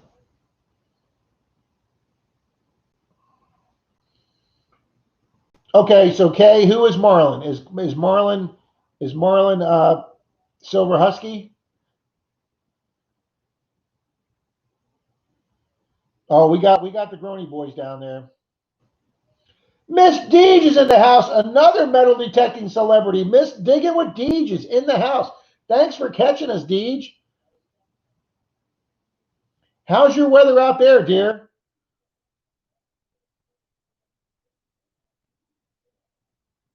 I had the privilege and opportunity to dig with Miss Deej not this January, but the last January before when she came down to Florida to visit her brother over in the Orlando, Central Florida area. And so I drove over that way, guys, and I stayed a night at my Disney timeshare and got with Miss Deej, and we were able to hunt and uh, and we went door knocking, and we went 5 for 5 door knocking. And Deej had a way of door knocking, guys, that had me rolling on the floor out there at the street. She was great, and like I say, we went 5 for 5 on one street, and and she got, I believe, some Wheaties.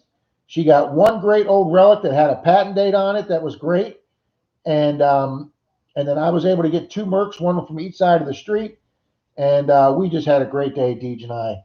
It was great meeting Deej.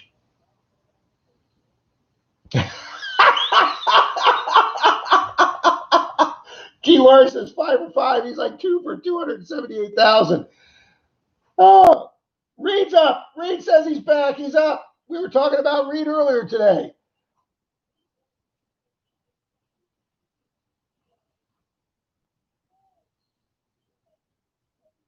Oh, Mayor Video says he's Marlin. Okay.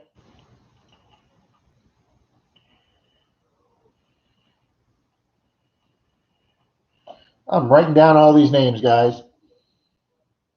Yeah, we just had a good day that day, Lars. We door knocked. We went 4 for 4, and then one lady said she didn't really want us doing her front yard, but her wide curb strip area. She's like, I don't have any problem with that. So if I ever get back to that area, I'd like to see if I could get her little front yard too.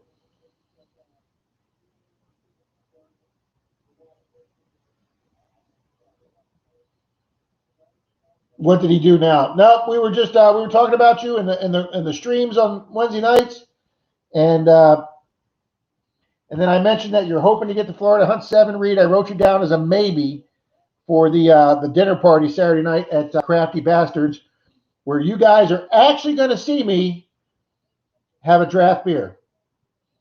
Nobody's ever seen me drink because I don't hardly ever drink, guys. I probably drink less than 5 drinks a year, but they have 60 craft beers on tap up at this sports bar restaurant that we're going to on Saturday night at Florida Hunt 7, and I am going to try a dark lager.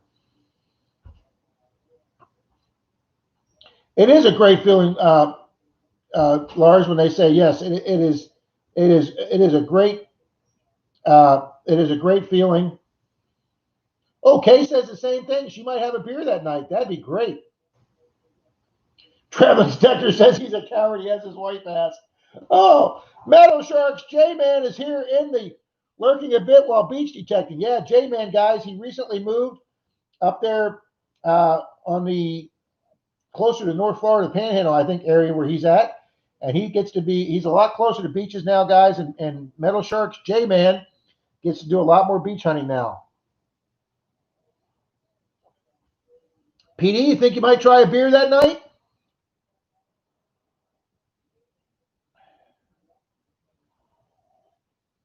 No, no, no, no, Jim. I'm not going to be trying 60 beers. I'm going to be trying one beer. Pat and Rob from Clark's Cove Detective, they said they're going to try the 60 beers. Oh. Wacko says he's charging up his GoPro for this. Yeah, guys, you don't want me to have a second beer. If I have it, well, of course, Troy's driving, guys, so I'm not driving that week. I drove my truck up to Florida Hunt 7 or Florida Hunt 6 last year, but Troy says with all the intermittent problems I'm having my truck, we're taking his this year, and that's fine with me. Um, so, uh, but I won't be driving. But if I get a second beer, guys, I start getting I don't drink so seldom that if I drink a beer, I have a buzz going before I even finish the first beer. So if I have a second beer, it's all over. Kay says she's taking us along into the kitchen to get her coffee. Okay, Simon can finish my beer for me. He's British. He's got no problem finishing off beers. Nick says he's got to go. Hope everybody finds a gold ring or platinum or palladium. D, are you in the house? Oh, I think D went out to the garage. J-Man says he found a silver basketball pendant in a Hot Wheels car so far. Well, that's a good day.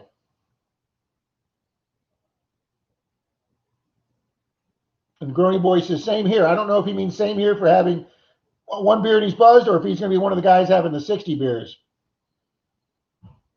Rob, when you order a beer, is it like you ordered pizza or the beer is huge? Oh, God, no, I could never even finish a huge beer, Deej. Hun, do me a favor and go get that ring that's on the, do you know what you do with that, the rings on that yellow paper?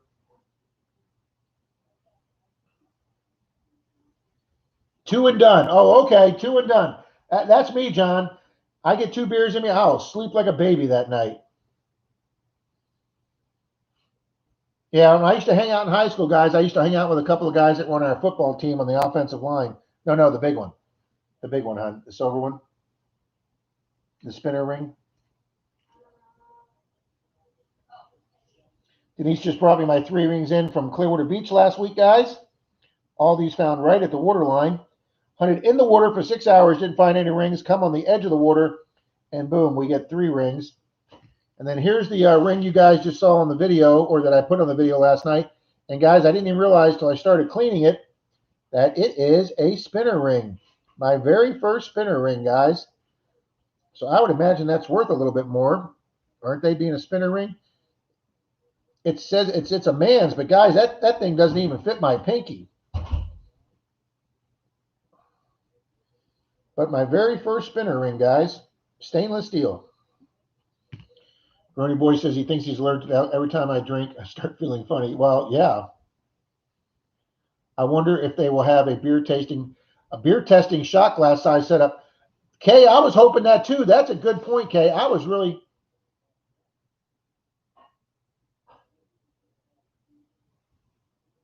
Remember my surprise at the size. Oh, that's right. In the restaurant, Deej and I stopped at a little pizza place and got pizza for lunch. And yes, they were huge. Yeah, you're right, Deej. That one went right over my head. Michael says he used to be able to have a case. No, I was talking about G. Lars says I'm like 140-pound. Beer kills me. Well, that's it. When I was in high school, I was about 140, 150, Lars. And I'd go out with 2 guys, the offensive linemen. We get a case of beer. You know, they would each drink 10 beers each, and I couldn't even finish 2 of the last 4. And I'd still be more buzzed with them guys having 10 beers. Beer is its own food group where I come from. Yes, I know it is, Simon. Hi, honey. It's your little tail wagging. It's your little tail wagging. Yes, it is. It's your little tail wagging. Mom got you a present? Okay, go see what Mom got you. Oh, she's already tried it. Oh. J-Man says he's going to go do some more detecting. The window seat. Is that her cat? It's mine. Where's?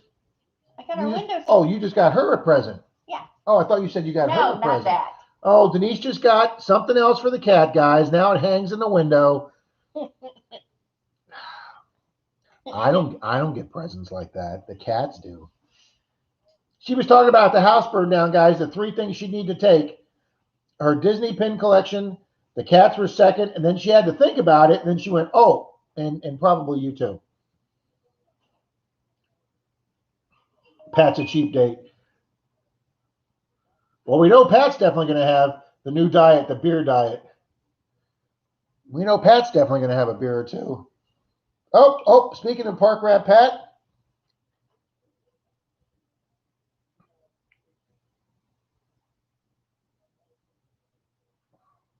He wrote, I am on my best queen spill ever. I'm in one area of the park. It's probably 6 foot wide and 12 foot long. And it is nothing but queen signals, all of them less than an inch deep. I'm going to assume his auto typing changed the word coin to queen. So here is Pat's coin spill so far, guys. That's a hell of a coin spill. So Pat is having a much better day metal detecting than he had yesterday. And I hope I don't offend anybody with this, but Pat sent me this joke yesterday. Look at the abs on that chick. And Pat sent the comment, There is thousands and thousands of sit-ups to look that hot, and then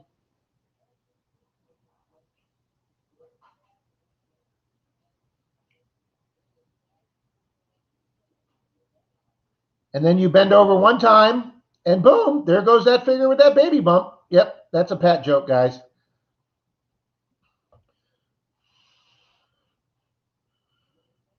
One size was a slice of 3 huge slices. Yeah, they were good. They were big slices that day, Deej. Oh, and Dennis is here. Pat's new digging buddy. Dennis is KCMD, guys, kicking cancer metal detecting. He is over there on the east coast of Florida with Pat. Pat's a cheap date. Yep, just get Pat a few beers. Oh yeah, I'm sorry, Rob, not Pat. Yeah, give me one beer, guys, and I'll be your entertainment of the night. Kay says she thinks those catnap window beds are cool. Oh, she's thinking of putting Fat Boy in it. Fat Boy weighs 17 pounds. Well, Denise says he's over 18 now. Reed says he's up, but he's not awake yet. Yeah, I have those times, Reed. But yeah, that was a. And I'll tell you another thing. When Deej and I left that restaurant, guys, I forgot to pay. I forgot to pay for my lunch. She paid for hers, but I forgot to pay for my lunch, guys. I didn't realize it till Deej and I were back digging around the corner from the same street that we had detected, and I was like, I looked up. I said, Deej, and she goes, "What?" I go, I forgot to pay for my lunch. So when Deej and I split up for the day, and she headed back to her brother's, and I was getting on my way home from Orlando to here, I stopped in there and paid the guy the $5 or $6 I owed him for lunch, and they were very appreciative of that. Pat says, bonkers amount of coins out here. I just showed him, Pat. A queen graveyard. Oh, my favorite pizza is New York style. Guys, I think it was a year after 9/11, Denise and I had the privilege of going up to New York City. My really good friend Andy and his wife. I used to be partners with Andy at the police department. We had taken them on so many Disney cruises when I worked for Disney that they wanted to repay us back. So they bought our plane tickets up to New York City, and then we split a 4-star hotel in Times Square. First time I'd ever paid part of the bill for a $400 a night hotel room. But wow, what a beautiful hotel room that was.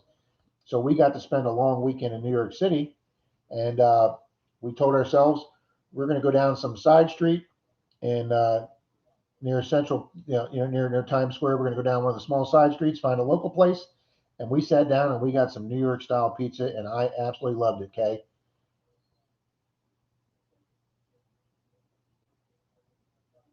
Deej says those slices were 20 inches long. Yeah, to me, that would have been an extra large, Deej. Thank you, Kay, for letting everybody know that. Well, thank you, Kay. James is here. Yeah, he says, sure, I forgot. I was like, hey, free lunch. But good morning to James and Rebecca. They are a messy hole. James, list down what camera you use, James, because that shot you did with Rebecca in the lake or the stream or river, whatever it was the most focused high def picture I have ever seen on a YouTube video. Well, Deej, if next week it's supposed to be 40s or 50s, I'm afraid to ask what it is right now.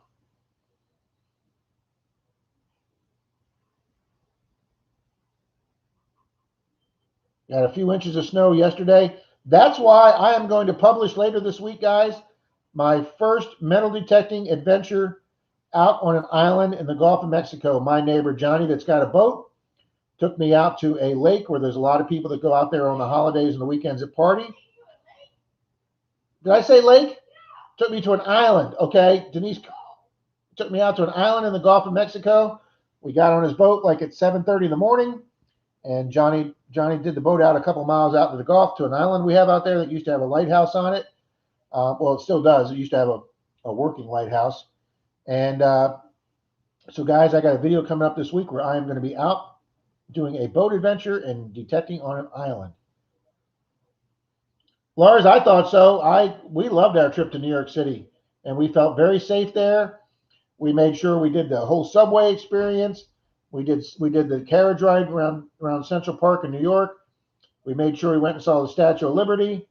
It was too long of a line to get out to Ellis Island, but we went and saw the Statue of Liberty. We went to Ground Zero, and it was Easter Sunday when we were there, so a lot of things were closed. But my buddy, obviously, like I said, used to be my partner at the police department. He was still working, so the fire department directly across the street from 9/11, from the towers, uh, that was the station that lost like 7 guys.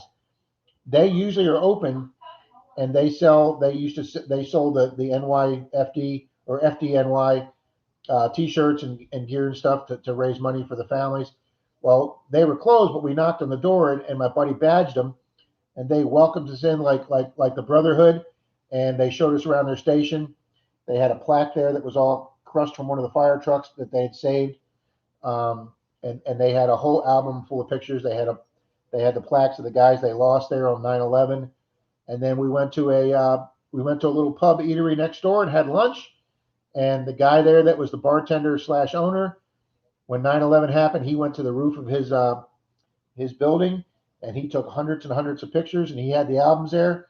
And while we were sitting down having our lunch, he brought the albums down, and we could go through and see the pictures. And it was an incredible weekend up in New York City, guys.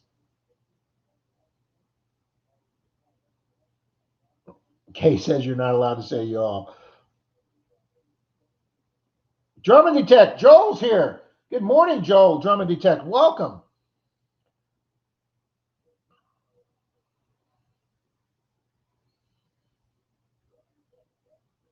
Just an old Canon 80D. Okay. Wow, I thought it'd be like a brand new camera.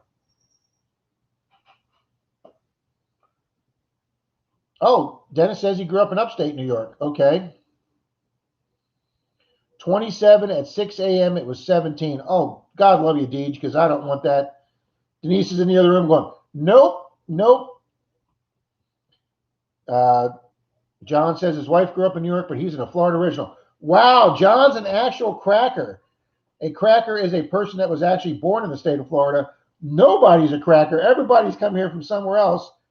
But of course, my sister's 3 kids are actually crackers. But you just don't hear that term anymore.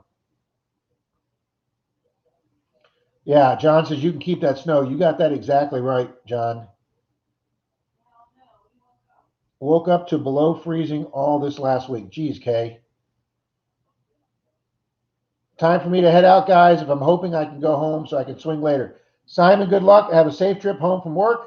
And good luck if you go out detecting today.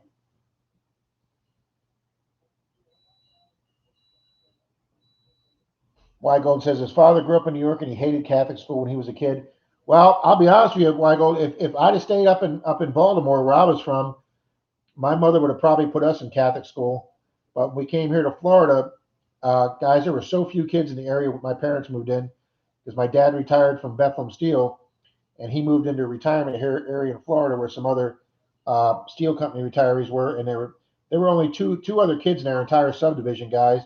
So there wasn't enough children up in our county for the Catholic Church to put a Catholic school here. Not until I was ready to graduate high school. Oh, darn, missed that experience.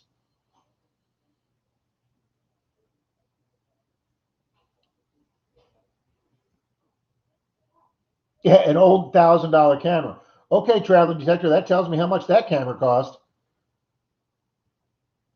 I use my I'm using my new V40 Android V40 phone, guys, and it takes pretty good. Sometimes it takes a minute to focus, but all my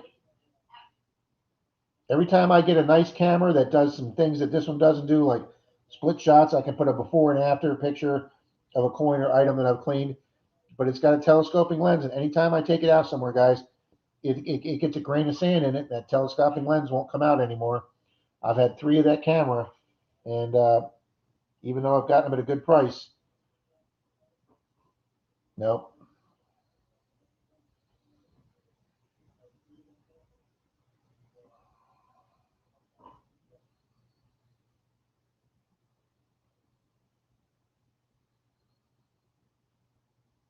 Okay, I agree with you. James does some amazing shots.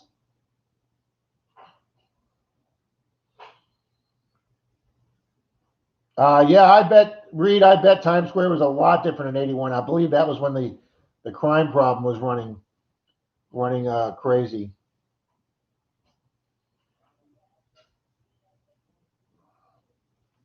Frankie says we came to Florida when the big wildfires were going to Daytona, and everyone was so nice to all of us firefighters. Well, thank you, Frankie, and thank you for your service. Isn't cracker a hate word? LOL. It just may be right now, Mayor. It just may be.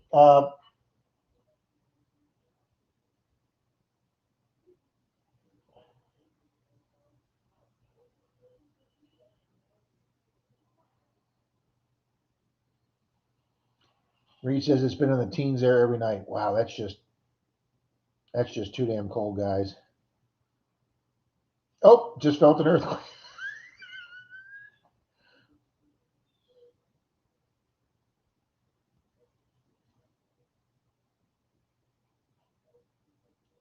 No, I didn't mean to offend anybody if I said cracker. Silver Wrench, welcome. Customers with no heat going detecting now. Nutley, New Jersey. Wow, it's got to be cold up there for you to go detecting. Good for you, Silver Wrench. You guys up there in New York and all your northern states and far western states that get cold. Man, guys, it gets down to 40 here, and I'm freezing my ass off. And you guys are out there detecting in teens weather. Yeah, okay, Frankie's been a firefighter for like 20 years, or okay, 30 years. Oh, Weigel wasn't kidding. He's his second quake in 2 days. I thought he was joking.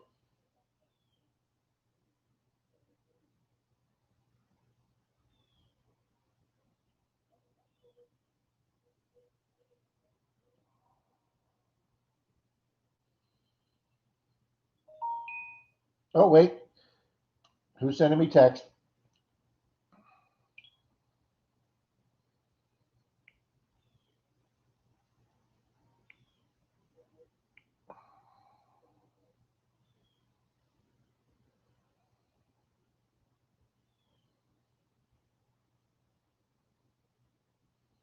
All righty, let me see what Pat says.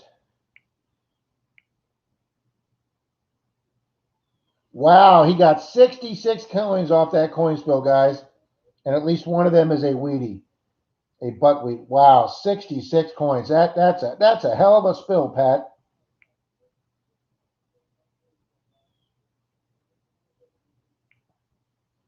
And guys, Mr. Stan from Stan Detecting, who's usually here, uh, he went to Coinstar last week, guys, and got himself 2 silver dimes at a Coinstar.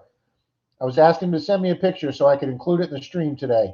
That is a great find. 2 silver dimes and a Coinstar, guys.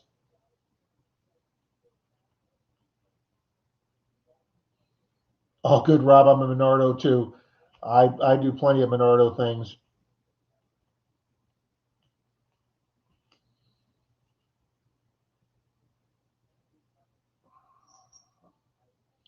I once found a boy's 14K memoir pendant for his father who passed away in the New York Fire Department fighting 911. Wow. I returned it to his wife who lives in New Jersey. He lost it in 2002 playing ball. That's awesome, Greg. That is very awesome. What? What, kitty? What? Where you at? What?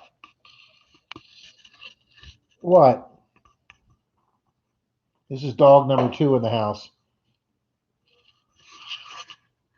At least he thinks he is. That almost sounds like a brewery, not a spill to me. I was detecting in a park in Vero Beach once, guys, that had a few homeless guys in it, and I dug up a spill like that had 40 or 50 coins in it. And my older sister was with me, and she's like, I was telling her about it. She's like, "Do you think that was some homeless guy's life savings?" I go, "No, you shouldn't have buried him. It was good that he got him back. That's exactly right. But you're right, Treasure Outdoors. That could be a berry. I found I was hunting a park, uh, and I found like 23 nickels, an entire roll of nickels. So I'm sure somebody lost, was probably carrying rolls of nickels and dropped one, and it split open, and they decided they weren't going to do it. That's the 17-pound cat. No, Thugman is closer to 20 pounds now, right, Thugman? So I'm 20 pounds. I am a really fat boy. He's another killer. We call him Thugman because he picks on his sister, because she's only like 7 pounds. Frankie says he's going to get ready to tech. Go have a great day. Homeless guy's life savings. I know. I dug it up. My 90-pound boxer thinks he's a cat. Yeah, and our 18-pound cat thinks he's a dog. So I'm going to have to go check out that window seat thing that Denise got put in our window.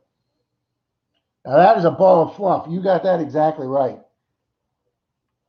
When he lays around the house, he lays around the house. He started walking over my wet tile yesterday. I had to pick him up and get him off the wet tile.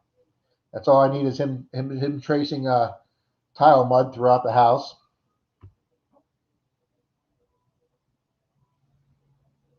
But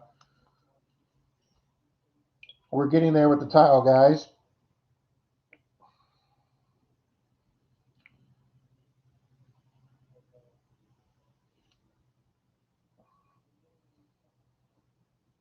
There's what we got done yesterday in the floor of the new shower and bathroom. So that's looking, Denise wanted it all staggered. It's like a wood plank looking floor. So that's what we got done yesterday, guys. And we're going to try and finish up these last few rows in the back today. With your cat, you may need a stand for an outdoor window. Yeah, you got that right, Pat. Oh, well, thank you very much, Mark. Oops, did you say that out loud? Yes, you did. Well, you made a comment about that. Pat made a comment about that. Why be in a stream, guys, if the person hosting the stream is not interacting with you and not acknowledging that you're there? I mean, yeah, it's great that they say hello to you in the morning, but if they get talking to their guest and then they don't see any of the questions going by or any of the comments or things that people want to talk about, you know, we're here to interact with you folks. Messy Hole says bad, Mark, bad. Now the person that she has on this morning, she lives like 10 or 15 miles from me. And when I first started out in metal detecting, I used to watch a lot of her videos just because she was in the same area and I'd seen locations that she'd hunted that I hunted. So I reached out to her to join hunts. I got no response. When I became a board member of my metal detecting club, I contacted her again, asked her if she'd like to come down and be a speaker for a metal detecting club. She's very knowledgeable on detectors and types of detectors. She has a wide range of detectors. She's been detecting for years. I got no response to that. I got no response to her wanting to be part of the club or anything to do. So I put all my feelers out, guys, and I was met with the sounds of silence. Yes, that's who we're talking about, Mayor. Well, thank you, Treasure Outdoors. Thank you very, very much. Well, thank you. That's just wonderful. Metal detecting with CZ Kid. Hello, Rob. A little late. That's okay. We're still here, buddy. And one of the coin roll hunting streams I was in last night that had Nick Molnar, who's another one of my subscribers. He's been a subscriber of mine for years. There you go, Pat. Yep, the most valuable thing you can give folks is your attention. That's a good saying, Pat.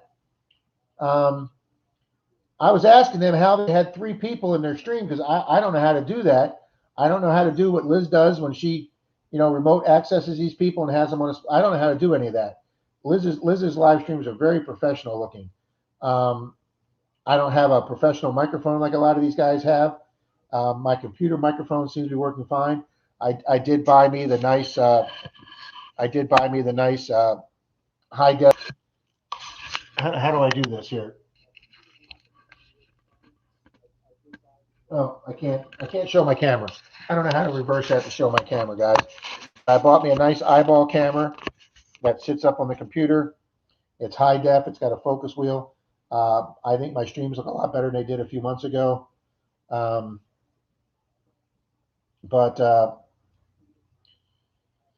yeah, Mayor, you mentioned that. Anyway, I was talking about StreamYard. Yeah, guys. Look at chicken. I get going off on these tangents.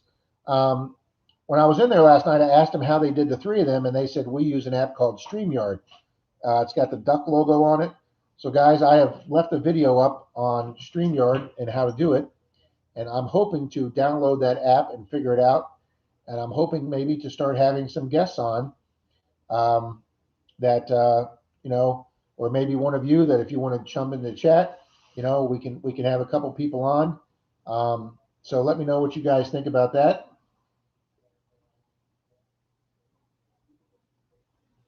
Deej, Mayor Video got it. It's not the gear, it's the content that makes the stream enjoyable. Well, thank you, Pat. Outdoorsy Girl, welcome. So somebody just said, welcome, Chrissy. So now that I know Outdoorsy Girl is Chrissy. And that is going to be easy for me to remember because Chrissy is my neighbor across the street that shaved my head during my my volunteer fundraiser. Mayor says StreamYard is easy. I've had guests. Well, thank you very much. Messy Hole says we've got a local detecting channel that won't give us the time of day either. See why? Why be like that? See, John says he'd love to be a guest, and I would love to have John on. So we will see if we can make that happen, John.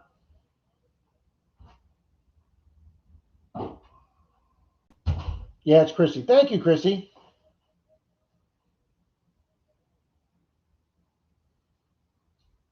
And Pat says, I'm at the Alpha Park down the street from you. Mayor says he'll jump on me with me anytime. Well, thanks, guys. And I agree with Mark the Berg Hunter.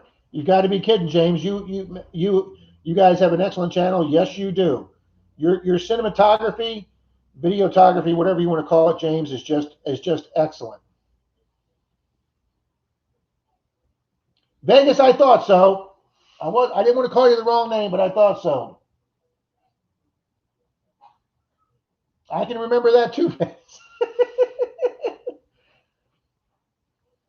Weigel says he's camera side, so he'll do Skype. Well, it's funny. We used to do Skype all the time before your cell phones had video chat, and Zoom came around. Now everybody seems to be using Zoom. I don't know what's going on with Skype, but I know it's super easy to do Pat Zoom meetings. Outdoorsy Girl says, what a beautiful day here. The sun is shining. Well, we're a little overcast here, but at least we don't have snow.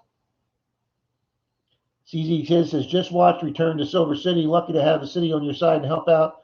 I usually get the stank eye, but pretty nice here too. Oh, yeah. Well, thank you, ZZ Kid. That city, which is over 100 miles from here, like I say, Troy and I had like a 285-mile round trip. Man, they were so nice to us. We didn't have one single problem there, except for the first permission Troy got us that the lady came out after about a half hour and said, my adult son says that you guys have dug enough holes, it's time for you to leave. And I was like, wow, here's a 75-year-old lady whose 45-year-old son's still living with her and telling her who can be on her property or not. He's probably getting free dinners.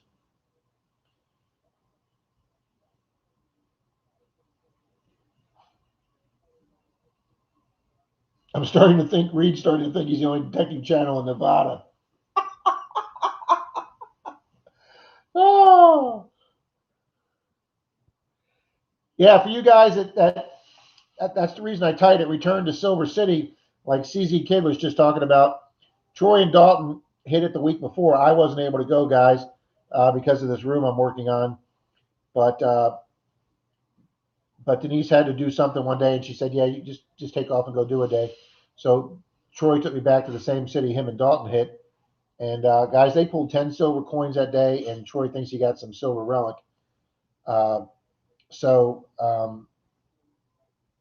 They did hit the park pretty good. Dalton got 3 barbers that day, guys. He's gotten 2 barbers once with me, but to pull 3 in one day, I don't care, guys. I know there's some channels up north that do 5 largies a day or do Spanish silver all the time. But guys, a barber dime down here in Florida is an incredible find. A seeded coin down here is as rare as a hen's tooth.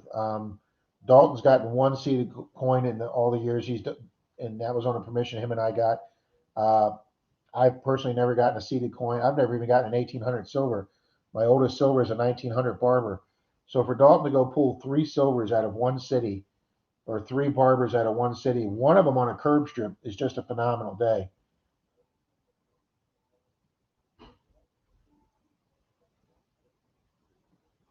Well, Mayor, I'm not telling you. I will never tell you not to subscribe to a channel unless, okay, there's one. Uh, Only because I think he plants his rings. I'm positive he plants his rings. But anyway, I just, I don't want to disparage another channel. Uh, you could be subscribed to a channel and just not support the channel. Uh,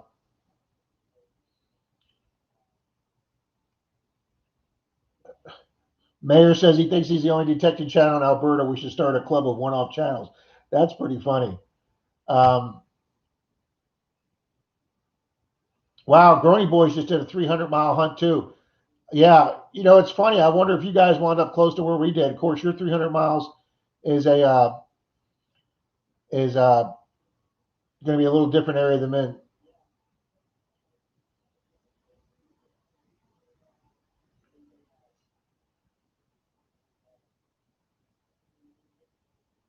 Yeah, John, did you guys have a good day? Yeah, Pat's probably going to be trading in the his Ford Ranger, guys, has about the same miles as my Ford Ranger.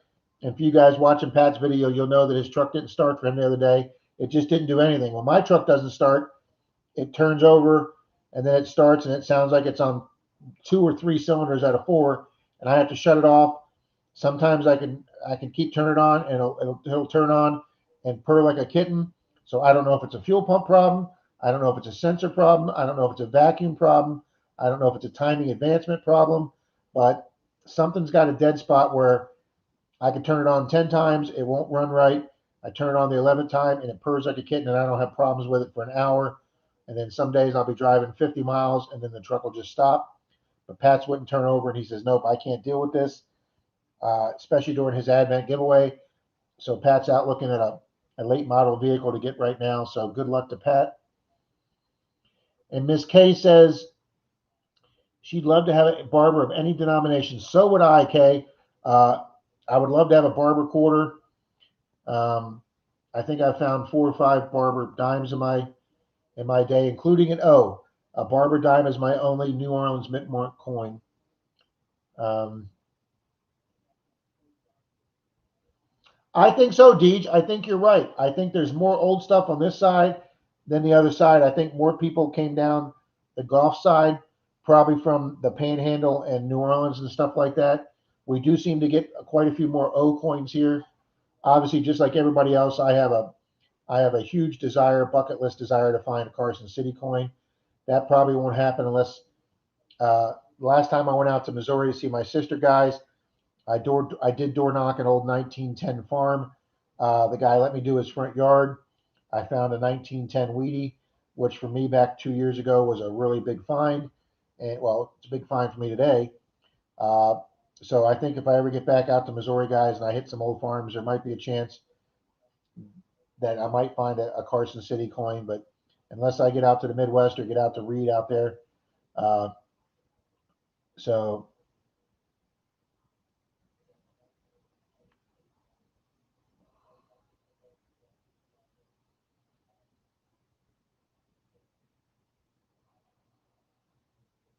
Reed says he needs more coffee. My coffee lady's watching a TV show right now, so I'm not. I'm sitting in here Oh, watching television. okay. Well, I didn't want you to get up, but thank you. Wine, and then I don't have no coffee. Grony Boys, John says he's found 2 seated. Seededs are rare in his area as well. Yeah, they're like I say. Dalton took care of three bucket listers when he got his seeded. Neither one of us had gotten an 1800 silver. It took care of that, and he'd always wanted to find a seeded. It took care of that. And guys, it turned out to be a half dime, which has got to be way up there on a bucket list. A half dime and a trime. And then like 2 weeks after Dalton finds his, I think it was like 1862 seeded half dime, I went out and pulled out a 1902 seeded, or no, excuse me, a 1902 Canadian half dime, which I think they call the fish scale. And then Dalton had his half dime with him, so I put them together, guys. And the Canadian half dime, they call it a Canadian 5 cent piece, but it's 92% silver. It's got one of the most highest content silvers ever made in a coin, and that is, I've gotten two old foreign silvers, guys. I got that Canadian fish scale coin, the half dime, and then I got that. You guys know I got that Honduras British Empire 1910 dime.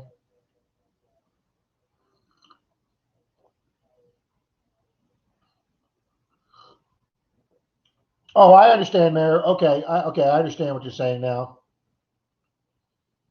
Yep, Parker Pat's thinking getting a Subaru Forester, guys, the little small SUV.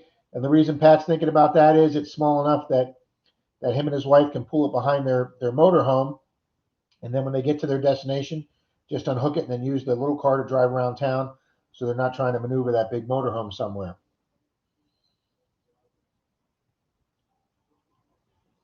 Barbers are beautiful coins. I got to agree with you there, Greg. They are just, yeah. John's found two seated. I don't have one yet. I don't care whether it's well, I mean, obviously a quarter would be phenomenal, but yeah, I just want to find any barber.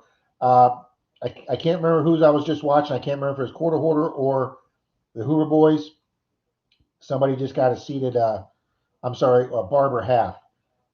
That would be another phenomenal. I mean, hell, I've dug three Walking Liberty halves, and I'm excited to have every one of those. That is such a rare find in this area, also. See, Reed said you needed more coffee, so Denise was nice enough to bring me coffee. Well, yeah, Chrissy, none of us like channels that are unethical. And there's only one here that I know flat out is unethical, which is the same channel that door knocked on a door with a semi-automatic pistol in his hand. Um, there was one detectorist who supposedly found a largie right on the surface next to a sidewalk strip. Well, I guess that's possible. I found my only largie, which is a Canadian largie, on a permission of Mr. Troy's. That was a 1920s house in St. Pete, where they'd knocked the house down. I guess it was in bad shape, so they were putting a new house up, and they had scraped the ground already. And since they had scraped the ground 4 or 5 inches off to get ready to do the foundation of the house, when you get rid of that much dirt, all your stuff that's down here is now this far below the surface. Uh, so Dalton, Troy, and I hit it one day, and I got the Canadian largie. It was only down an inch or two. Dalton got two or three surface Wheaties. He just moved his finger to find them, and I got numerous Wheaties right around the surface. And then Troy went back there when they moved the construction equipment, and underneath where one of the construction truck was, right underneath that we couldn't dig, Troy got two barbers. So we've been really lucky lately, guys. We've been able to do two scraped properties. You're going to see one in an upcoming video. Deej has a photo tintype of a great great uncle with a group of men on the shore of Sarasota, looking at property in 1890. Wow, Deej, that's got to be some of the early. I mean, they had to do some serious bushwhacking, Deej, because I don't know if there was any real roads or. Wow, maybe they. That would be interesting to see if they came down by horseback, Deej, or by boat. I will say this, guys. We're kind of vaguely talking about good channels, bad channels, channels you want to hang with or don't want to hang with, or channels that ignore other metal detecting channels. And I've made my comments about the one person I don't believe his channel. Uh, but wow, my thought just went right out of my head. Oh, okay. I was talking about Mark. He just had a senior moment there. Mark was saying that somebody just found a largie right on the surface next to a sidewalk strip. We were up at Florida Hunt 6 last February, guys. Two people claimed to find largies, okay? The one guy had a bunch of people around him in a field. Dalton was only like 30 or 40 yards away, and he heard them yelling, and he came over, and he could see that, guys, it was crusted. It had dirt crusted on it that had been down there for decades or 100 years. And I mean, it took some serious pants rubbing to even find out that it was a U.S. largie and to get a date off of it. When the guy brought it in to the meeting area where we were doing the announcements and the giveaways for the raffles, the guy was still cleaning dirt off of it. And then a second person came in, and their U.S. largie looked like that. Looked like it just came out of a display case, and they claim they found that, and I give no credence to that whatsoever. I say there was one largie found at Florida Hunt 6, and for you guys there, you know that whole situation.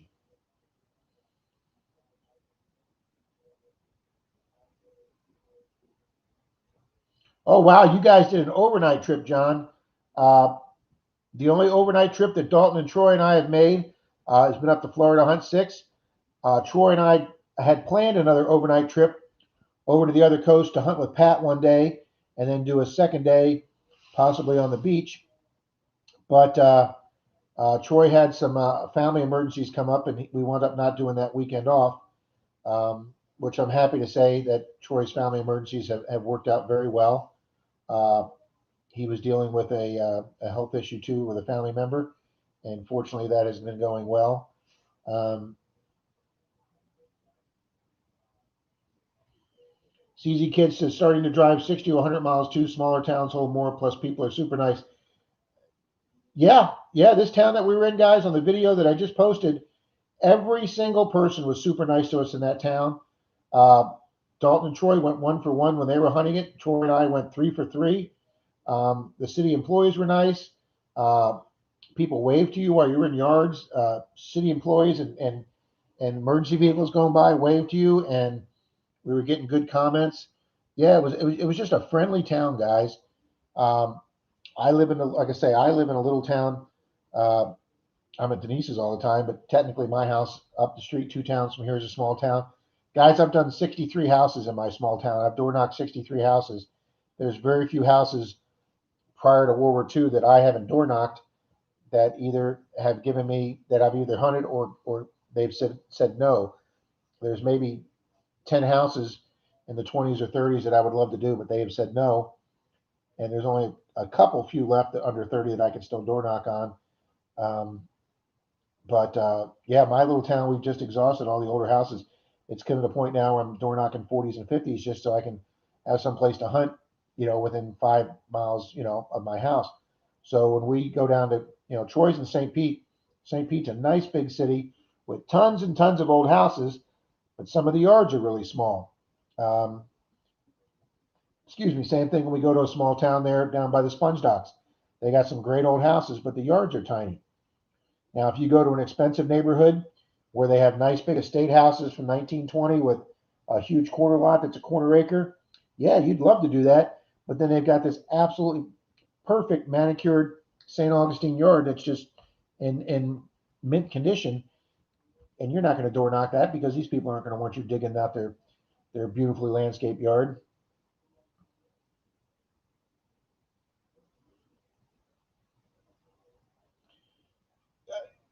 Sorry, I'm behind on my comments, guys. James, that's what Pat keeps telling me to check my ignition switch. Um, And it's funny that you say that because I did have that replaced once. Well, not the switch, but the gear shift lever switch. The gear shift wasn't going all the way into park, so it wouldn't turn the ignition on. So my mechanic had to take the steering column out and replace that piece that lined up your gears. And I haven't had a problem with that. But Pat keeps telling me to check the ignition.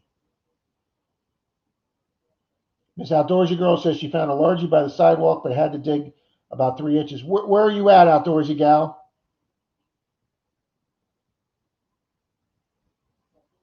Park Rat Pat. I'd love to have a coin with a CC mint mark. Yep, that's up there in my top one or two things, Pat. Absolutely.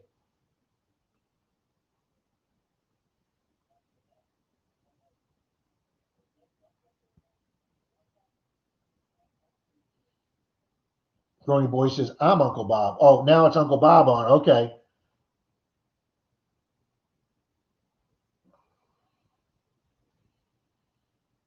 About to launch a rocket in 6 minutes or so, SpaceX. Wow, SpaceX is launching a rocket. Yeah, we should be able to see those. Hey, D, see if Bay News 9's covering the rocket launch over on the Cape, please.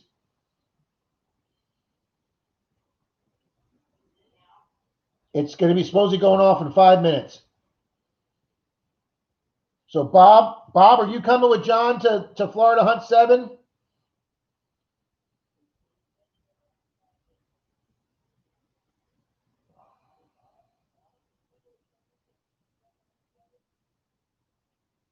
Elon Musk is my hero.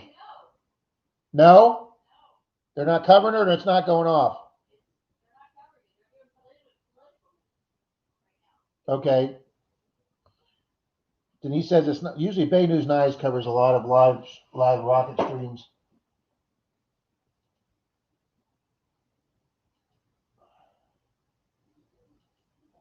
Let me see if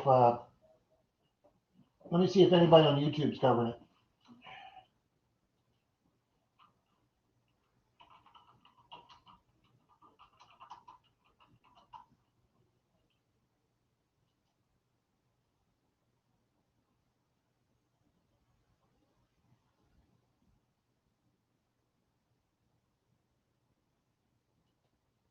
Yep, it's live right now, guys.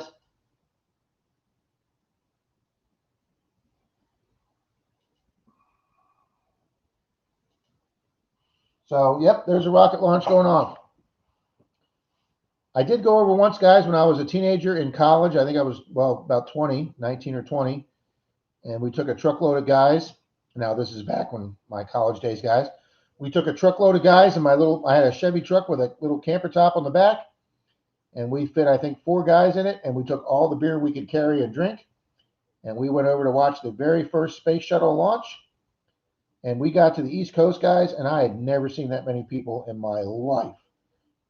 And then it turns out they postponed it, and we kept hanging around for the weekend, drinking and sleeping in the truck on Daytona Beach, trying to see if we can get this thing. And they finally postponed it for like 2 weeks, and we had to drive back. So I did not get to see a rocket go off. I was hoping to. COVID messes up our plans to go to Florida Hunt 7, but we will make Florida Hunt 8. Well, yeah, we would love to see you guys. And James, the next time you guys are in Florida, I really hope you guys, because I want to do the beach with you. I didn't want to do the beach with you last year for the reason you know. Um, wow. Outdoorsy Girl says he's in Central Ontario. That particular largie I found was in real Old Town on Lake, but it wasn't the only largie I found. Was it? Well, I'm assuming since you're in Canada, since you're in Canada, did you? Was it a? Was it a Canadian largie? Dalton has one. I have one, and Troy has a British largie, 1 cent largie. Wow. Rob says he doesn't care for, or Weigold says he doesn't care for Elon Musk. I know, doggy. I know. You're just excited to be here, aren't you? You take up the whole table. Sadie, you take up the whole table under the table. So,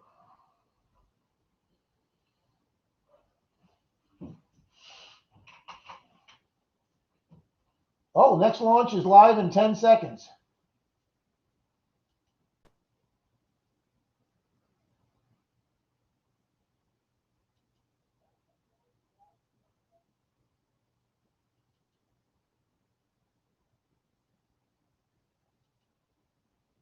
All right, I'm on the actual. Oh, there it goes. It just lifted off, guys.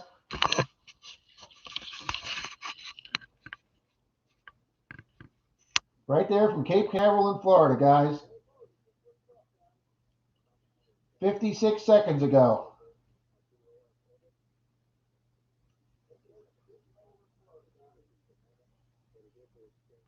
That is a cool shot. That is a cool shot right there of the landing pads at Cape Canaveral, guys. Oh, I don't know if that stuff excites you guys. Space travel just absolutely fascinates me. And then that you can now that you can have a rocket that you can separate off, and then the bottom piece comes and lands exactly where they say it's going to land. I just think that's amazing. All righty, let's get back to comments here. ZZ Kid says when he was 16, his mom and dad gave him a Suburban V8 3-speed transmission instead of a motorcycle. Boy, that became the fun truck. Oh, absolutely. Gotta love a Suburban. I had two buddies that had Suburbans. Those things are tanks. 3-speed transmission. Chrissy says there was a fireball in the sky that was seen from central Ontario, New York. Did anyone see it? Oh, yeah, you can definitely carry 9 people in a Suburban. Thank you, James. Appreciate you scattering some large sense for us because I know you guys are finding them all the time. I think Rebecca gets jealous when you find some. Okay, yes, all Canadian largies, oldest 1859, newest 1919. Yeah, see, that's great because mine's I think a 16. Dalton's is a 12. But we stopped largies. James, when did we stop largies? Like 1858, 1856, and then they came out with the flying cent.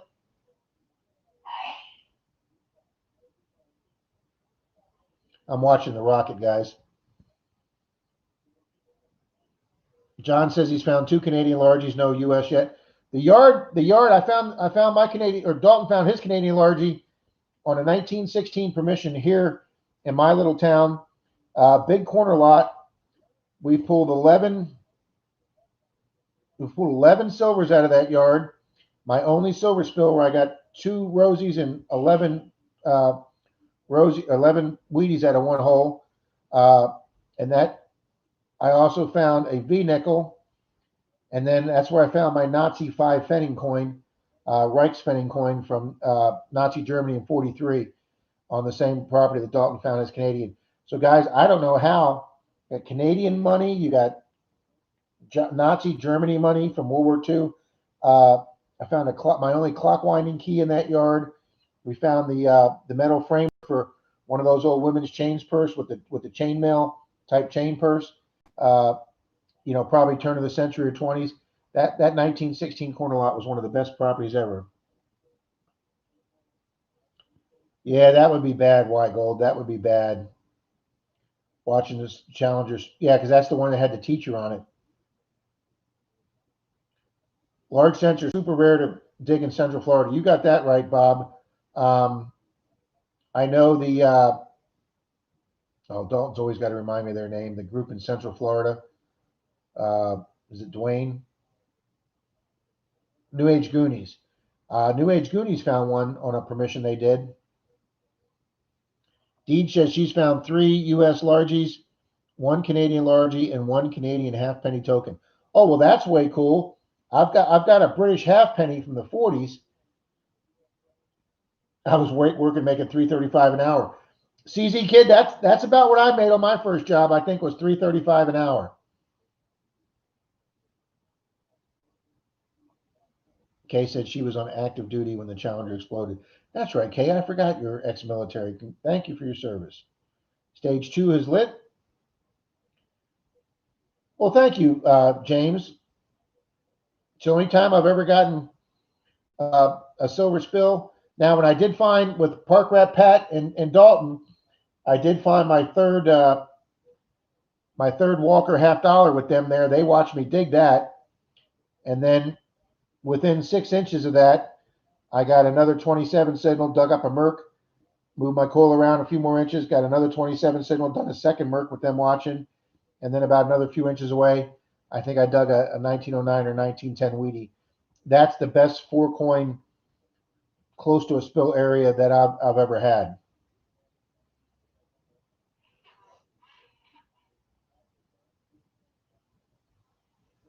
Yeah, that was a bad day, Kay and Chrissy. Krista McAuliffe, yep, that was the teacher. An outdoorsy gal says she remembers watching a landing on the moon for the first time and how my parents were in awe. That that's funny you say that, outdoorsy gal, because when I was a little kid, I was probably, well, I had to be under 10 because we moved to Florida when I was 11 and we watched this up north. My parents brought us into the TV to watch two things. They brought us in to watch President Nixon resign from the presidency during his speech because they knew that was a historical event. And then they brought us in to watch the moon landing in 69 because that was, I mean, I think every person in the world with a TV was probably watching that day. Ah, that's it. Dwight. He's found one. Yep, I remember that video. Dalton called me up and said, hey, you got to watch New Age Goonies.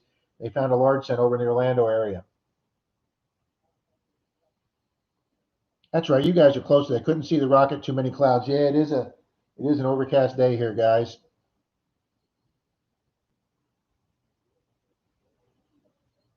There wasn't a lot of people here in his part of Nevada until the mid 1800s, so even flying eagles are rare. Yeah, that's also on my top five. Read to find is a flying eagle. The Hoover boys find them occasionally. So does Quarter Hoarder. Wow, Jim says his first full time job paid $1.35 an hour. Wow.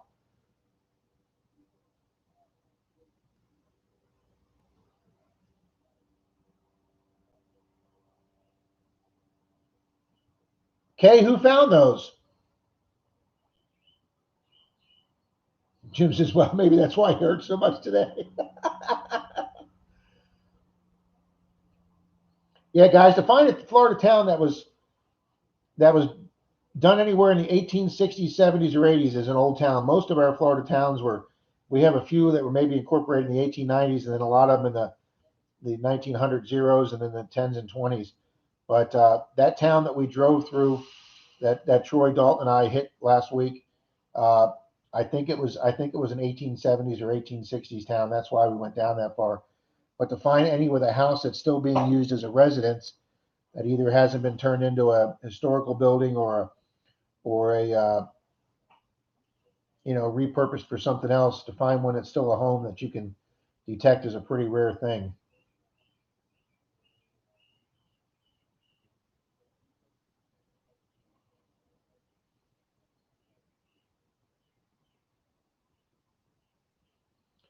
CZ Kid said he was still living in the Canal Zone area when they got woken up to watch the shuttle go up for the first time. Gave you goosebumps. Yep, like I say, I was over there that weekend. And guys, when you're taking like Alligator Alley over from the west coast of Florida to the east coast, there's one road that goes straight across the state. I think it's State Road 70. But when you get to Central Florida and over to the east coast, they call it Alligator Alley. It's like a 40 or 50 or 70-mile road, just a two-lane road with the Florida Everglades on both sides. Just nothing out there. And when we got close to the Cape, or maybe I'm further down, but anyway, maybe it was 60 or 50.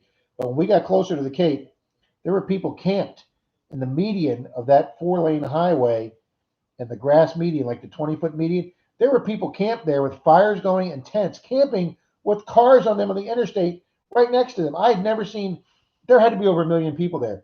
Every square inch of beach, every square inch of empty property had a motorhome on it with people on the roof waiting for that day. I'd never seen so many people in my life. Messy old says, did they pay you in large sets? Oh, between all the channels. Uh, yeah, like you say, that's probably true, Kay. And that one barber half I saw, Doug, but like I say, it was either Quarter Hoarder or the Hoover Boys. That was the only barber half I saw, Doug, this year.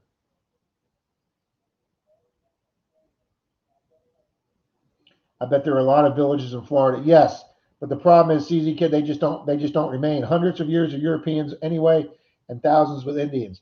But see, the Indians didn't use metal, so I know a lot of people down here love finding. Well, I want to find an Indian, an arrowhead too, but unless we run across one in a surface find in a field, uh, that somebody's plowed up from an area where an old Indian settlement was, uh, We have Indian mounds right here around that area, guys. One's in one park I hunt, but they have they have a sign in front of them, and they are taboo for anything getting for metal detecting or people exploring those.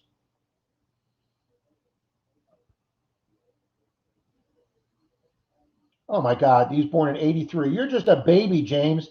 I graduated high school in '79.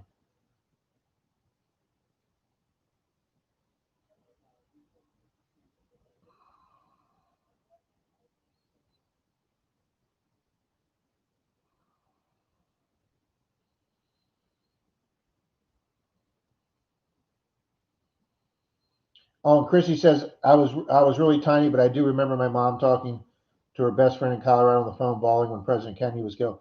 Yeah, that was a traumatic day for the country too. There was people just crying their eyes out. He was a very beloved.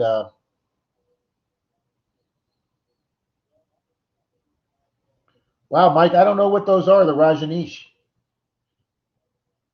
Your mom took you to the court hearings. Wow, she really wanted you to experience that. They poisoned the salad bars in town. Well, that's bad.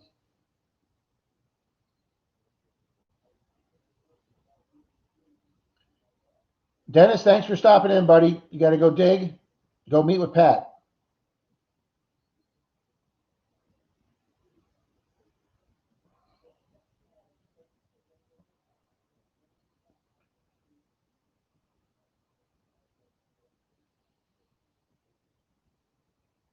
I was hatched.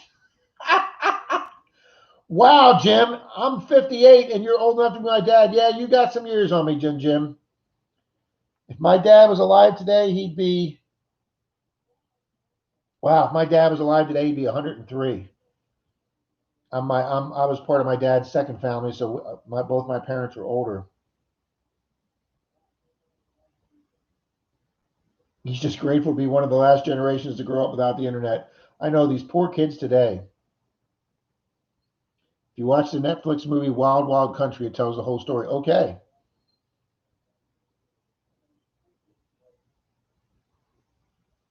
Nathaniel Outdoor Adventures, welcome, sir. Welcome. We're all doing great here today. Oh, Mike says his dad's in the movie. Well, that's cool, Mike. Yep, you're exactly right there, John. Big trouble if you dig anywhere near an Indian Mountain. We've got one in the park that I have right down the street from Denise's house that's got the little beach on the Gulf of Mexico. You guys have seen that in numerous of my videos. Um, I found a couple silver rings there. I found two pocket knives there. Just hunting the park, and I found a bunch of costume jewelry on the beach. And then the first day that I got my water scoop, I went to that park since it's literally 5 minutes away. And my very first signal in the water with my new water scoop was a ring. Um, but they have a burial mound in that park, and then in a little city about 5 miles north of here, in between two people's properties that have been there since the 20s or 30s because it's got the cool little cement wall around it. Right in between those two properties is a historical plaque, an Indian mound, right there between the two properties in the woods.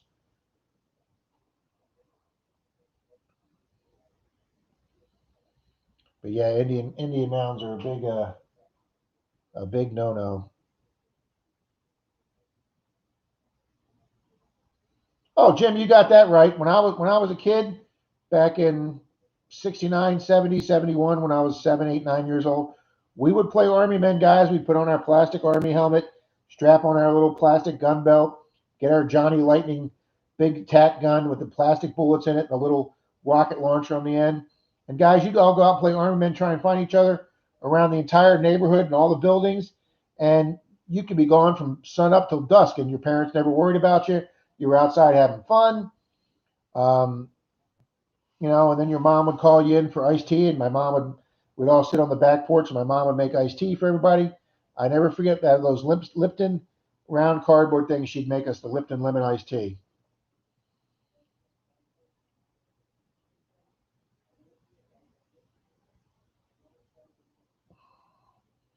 Yeah, Mike, I'm gonna have to check that out. I got so many notes here.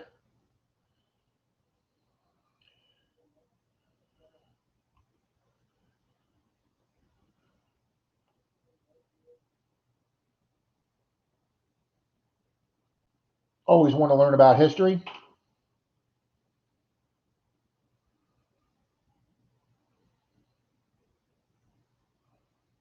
Well, no, Kay, this house is her house. I actually have my own house in a town next north of us. But now that Denise's dad's going to be moving in and I'll be helping take care of him, I'm thinking about selling my house, Kay. Mr. Troy made it. Dirt Trolling Troy, the YouTube local celebrity.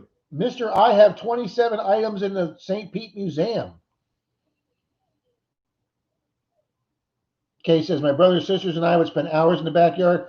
Oh, I'd have two buddies coming over, and my father would give us a couple pieces of wood and some hammers and nails, and me and two, we could be out there all day long thinking we were going to build the next boxcar racer or soapbox derby car. Yep, you give a little boy a hammer, and I'm telling you, just keep him busy all day. Weigel says he has an Atari 2600, and he still played outside. Yeah, I remember my first buddy getting the first Pong game. The black and white Pong with two movable things and a square white ball. That was it. Black and white Pong. That was our first video game.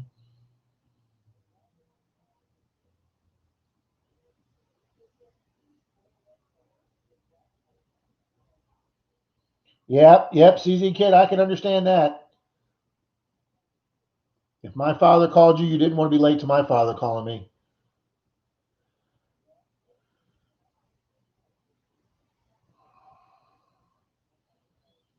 Wow, Nathaniel Outdoor Adventures found 3 hammered coins. Yeah, there's another bucket list that we'll never see here in Florida. There was one. There was Charlie's digging partner Dave. I got a 1902 Barber dime at Florida Hunt 6, right off one of the main trails. Walking, it was like maybe a foot off the trail, and there was like 7 people around me when I got the signal. So I was really excited that I had an audience to dig that out. And then I was the oldest silver of the hunt at Florida Hunt 6 until Charlie's buddy Dave came in with a 1800 Spanish half real that was just gorgeous, and everybody was going gaga over that, rightfully so. I put that in my video. So yeah, if you can find Spanish silver in Florida, that's a rare and wonderful thing. So we're not even gonna go down the hammered road. Dirt Troll and Troy says he's at work selling Christmas trees, and he is selling a ton of them, and I bet you are, sir. Nathaniel says he's going to put a video out this week of him digging in the snow. Well, that's cool. Thor's Treasure did one once where he was using a blowtorch to get through the thing. It was hilarious. Well, Outdoorsy Girl is going to move on. Probably go hit another stream. Thank you very much for Outdoorsy Girl. Appreciate you staying so long. Space Invaders on the Atari. Fond memories of that. You got that right.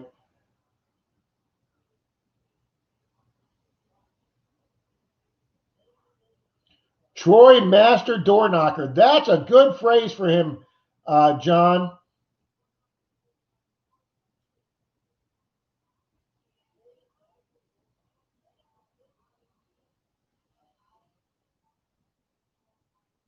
Oh no, Jim, my father would do more than sit me down for a minute. You got a nice ass crack across the ass on that one.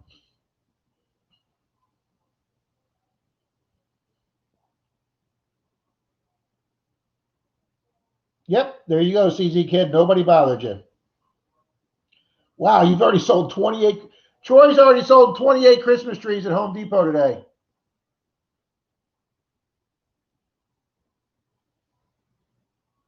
Wow, Mike, that's incredible. Yeah, I'm gonna have to definitely check that out. Messy Hole says he's 20 years older than my youngest brother. My mother would tell me how she thinks there was something wrong mentally with my youngest brothers. I have a sister that's 13 years older than me. So, and yet I'm very close to her now that we're both older.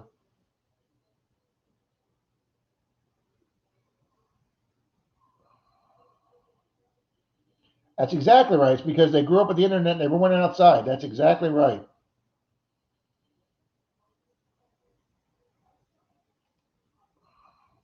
Oh yeah, Jim, I got plenty of belts on the ass. You betcha. It had 2 megabytes of RAM and was new enough to use the small floppy disk. Oh, that's hilarious. Oh yeah, I remember. I remember my first computer having a floppy disk in it.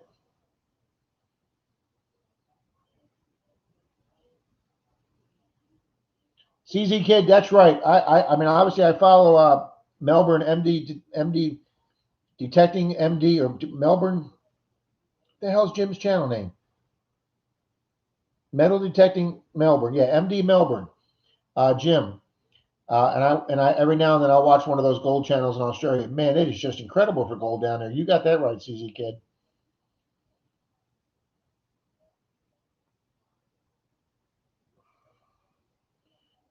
Big floppies. I'm not even going to make a comment to that.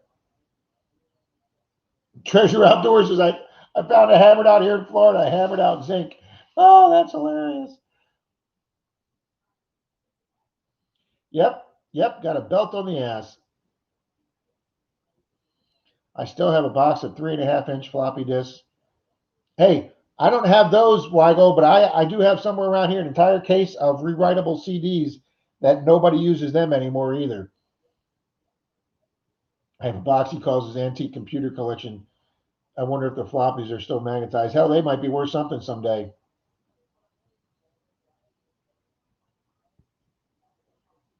Had the keypad joystick. Wow. MD Melbourne. See, thank you, Deej. Losing my mind over here. Ishmael Haku or Haki, welcome. Welcome to the chat. Yeah, Jim, I think you'd mentioned that. That's something on my bucket list too. I would love to pan for gold at least once. Oh wow, Commodore 64. There's your first Apple and a Macintosh SE when he was growing up and played Qbert on the 64. Wow. See, you got to be of a certain age to remember the phrase Qbert. A lot of people have never heard of Qbert. Yep, yep. See, Mike goes, yep, Qbert. There you go. Kay says there's supposedly gold there in every state, but it varies in quantity. Well, that's the reason I bought an 800, guys. I waited for one of a supplier to get in the 800 Knox instead of the 600. Uh, I had several people calling me telling me they had the 600 in, but I wanted the 800 because I wanted the 20 megahertz and the 40 megahertz for the gold flakes and teeny nuggets. Because Denise had a client up in Ellijay, Georgia, who let us stay there whenever we wanted. That they had a 4-story, 4-bedroom cabin on the side of a mountain with a river below it, and we had free reign to stay there whenever we wanted. And I'd made one trip up there by myself. Um, got to stay one day when my roommate called and said that he had water coming through the walls. Turns out my toilet tank cracked and was leaking water between the walls of the 2-bedroom bathrooms. So I immediately turned around and did 8 hours back from Georgia. So I didn't get to hunt much. But Denise and I have stayed there twice. But LJ was a sign of a gold rush before the California gold rush. LJ was known for its gold spills, and I'd hoped to hunt gold up there and stay at their free cabin. But they have since sold that and moved to another state. Uh, so we lost the cabin up there in Georgia. DVDs on their way out now. Everything's going digital. Yep. Mike Doyle says he bought his dad a gold pan and pay dirt for Christmas. That is a cool idea, Kate. That is right. That is a cool idea right there. Messy Hole says that's a great gift idea. It is. Between our oldest and youngest, 8 kids is 59 to 72. Well, Kay, I guess you didn't have cable back in the day, did you? Michael says he found his first 1 gram picker in Wyoming. Why my channel change is why Wyoming Gold. See, I didn't even put that together. Y Gold, Wyoming Gold. That is way cool. Jim Steele says he spent half the summer in 75 painting near Leadville, Colorado, and only found 7 flecks. Mike says he's wanted a gold pan for years. That is awesome, guys. Reed says one of the largest gold mines in the world is 3 miles from my front door. Reed, why aren't you there every day? Yeah, see, Mayor says, get in there, Reed, get in there. Same thing with D says, wowzers. Yeah, that would be awesome.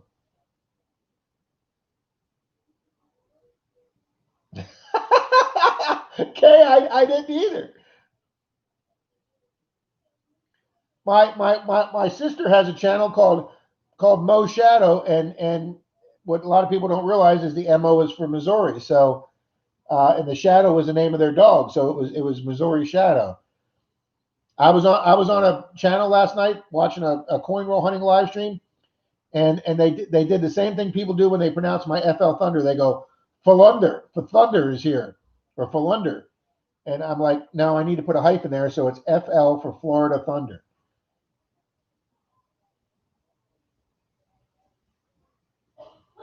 Jim Steele says we never had running water until 65.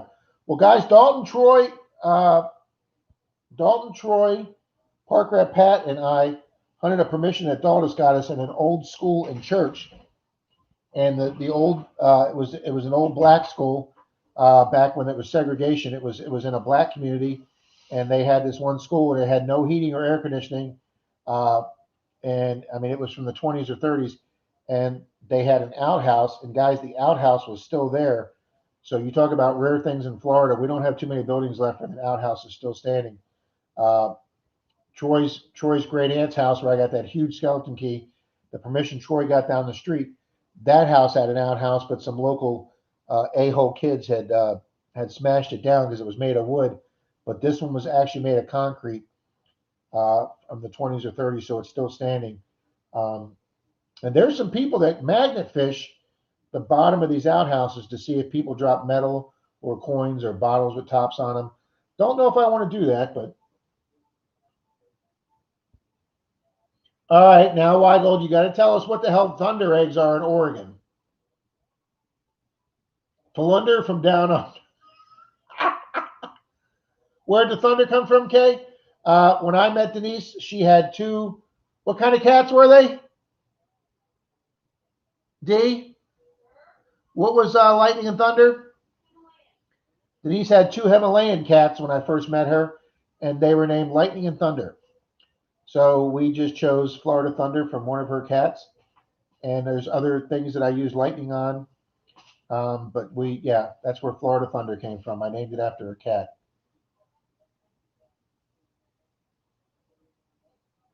Thunder eggs are geodes. You crack them open to see. Oh, see that would be another thing. Be cool to find would be geodes.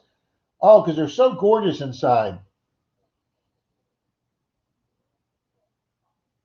Johnny found 1,700 trade beads in the remains of a colonial poop house. Well, that is just way cool, James.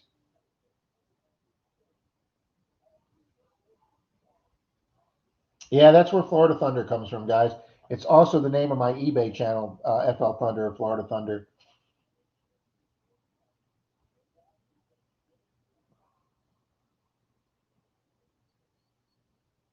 There you go, Mayor. Thank you very much, Mayor. I'm sure Wygo will be happy to do that.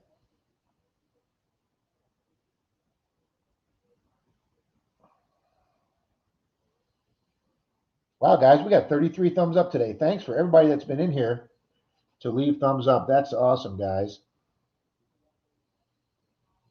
Mayor, thank you very much. See, it's so great, interesting. You guys have got so many interesting and cool stories out there, especially you folks that have been metal detecting for 10, 20, 30 years, way back in the infancy when it was mainly whites and your big bulky detectors and guys gold panning or looking for these caches of geodes. Um, geodes, too cool. My kid would crap. Oh, it would be. It would be great finding one of those. Those New Hampshire privies. Yeah, Jim, I'm not even sure why I did that because that's when I started my eBay channel. Guys, I was doing eBay under AOL dial up. We all remember those days. He says supposedly thunder eggs can also be found in the Great Lakes. Well, that would be way cool too. You know what? I don't know if we have anybody up here, anybody that I've seen in our group that hunts up around the Great Lakes. That would be pretty cool, Deej. Greg, here's another one. Simon's ears must have been ringing, and Greg's ears must have been ringing from amphibious. Or no, I'm sorry, not Greg. Greg is uh, northerner and what the hell's Greg's channel? Yankee Down South Detecting. Amphibious archaeology is up there near Greg. He's been working a ton and glad to get back to the chat. Richard. It's Richard from Amphibious Archaeology. I got 100 names to keep track of here. Rob, your live stream I've been missing for so too long. Sorry it took me long to find your six. No worries, no worries.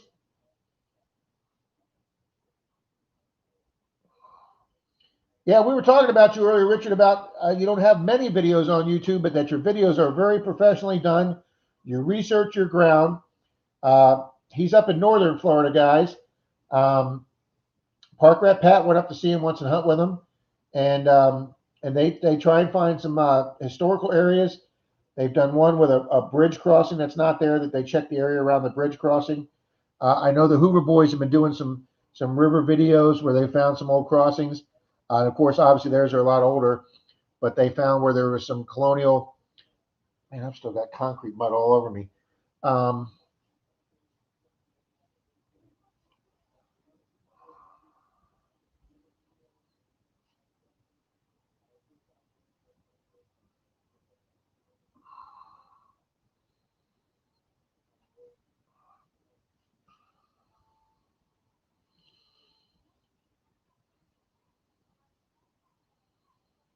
Yep, yep. I remember those Weigold. We got them all the time in the mail. Those AOL discs to get 100 out. Yep, I remember. Man, we got them in the mail all the time, buddy. Like I say, no worry, Mayor.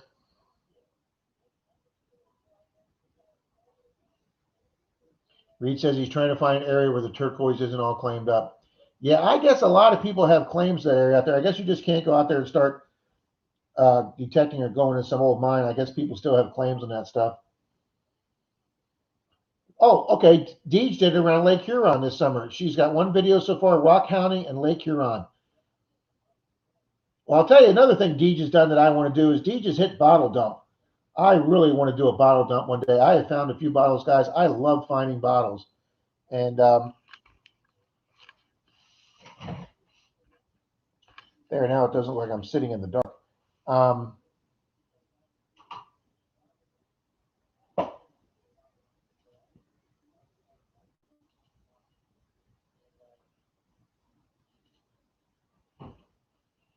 yeah, that looks a lot better on screen now, guys.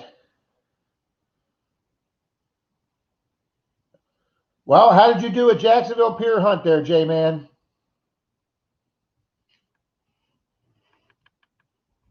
Okay, I only discovered them about 6 or 8 months before UK. It probably wasn't until late 2017, early 2018.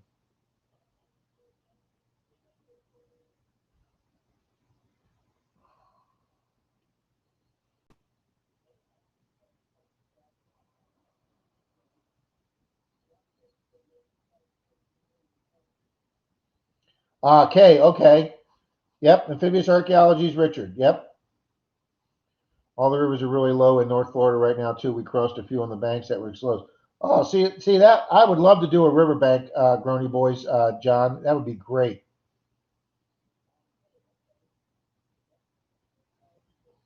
Ooh, depending on timing, Rob, after Florida Hunt 7, we can go back to that 1800s bottle dump we found last time.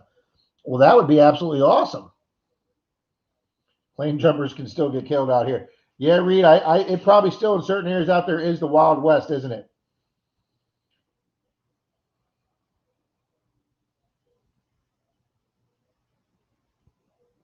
Yeah, I don't think I'd want to get in trouble for jumping somebody's plane. I watch occasionally. I watch Pioneer Paulie, the only living vampire I think on YouTube.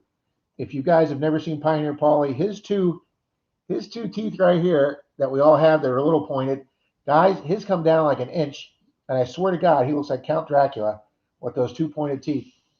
But Pioneer Paulie does a lot of gold hunting, and he hunts with a guy named Dan Hurd, who also has his old gold channel, and he just bought like 10, 20 acres up. I think it's in up in the Canadian wilderness is his claim.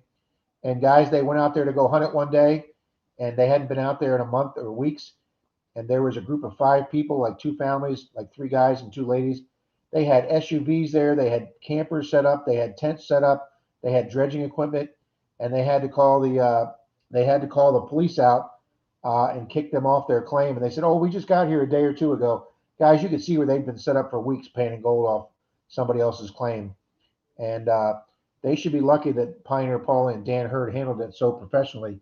Because, like Weigold said, they just be used to be pointing at the end of a shotgun or a gun.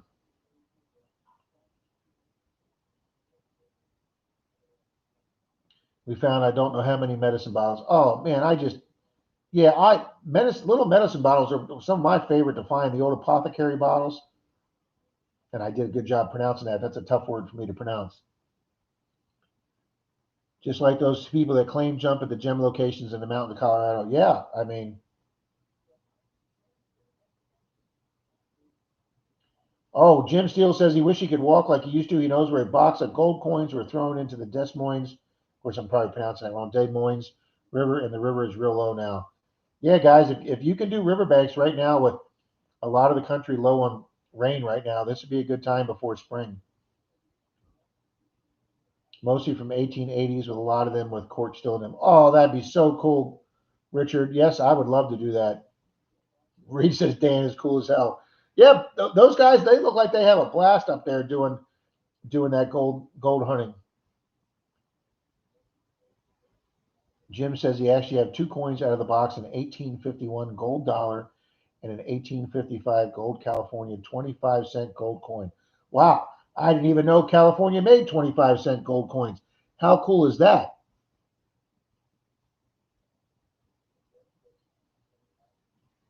That's a good idea, James. That is a really good idea. Mike says people here get shot for just jumping mushroom claims. Hey, some of those truffle mushrooms, those things are really expensive.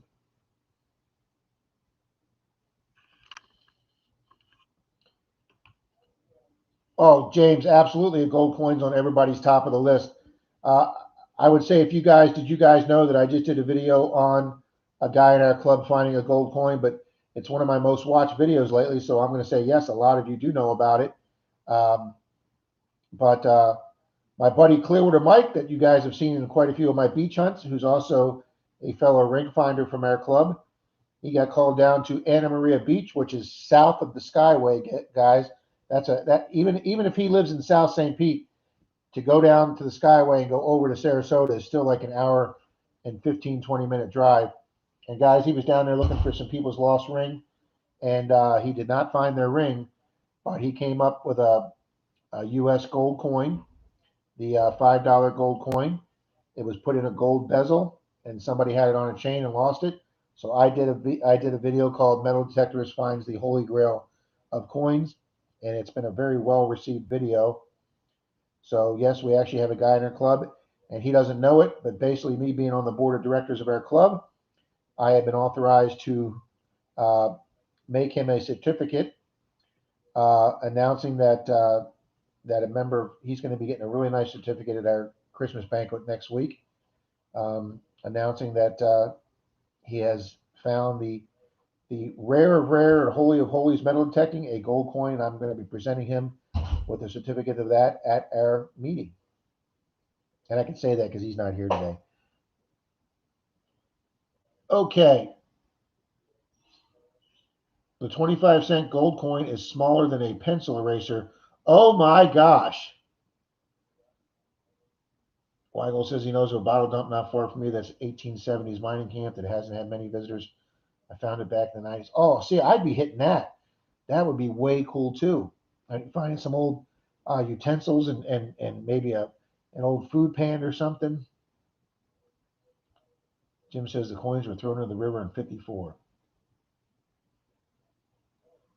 Oh, yeah, same thing, James. I'd imagine any coin as small as an eraser head would be way easy to. I agree with you, James. I'd like to know that story too. And Metal Sharks J Man says he found a 925 silver pendant on the beach today in Jacksonville. That was his best find. That is a great find, J Man. Congratulations on silver today.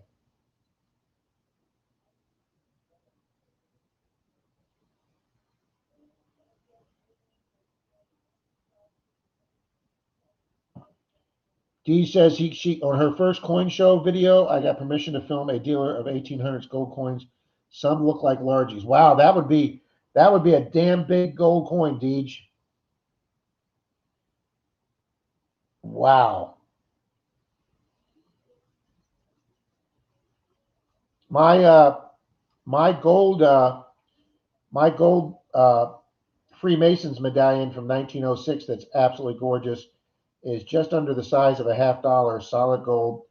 That's as probably close as I'm ever going to come finding a gold coin, guys, unless I get lucky and stumble across one. But it is a pretty rare thing here in Florida. That's right, John. I remember you guys talking about that. John found a gold coin in a coin roll hunt, guys. Jim, are you talking to me or to John from the Grony Boys?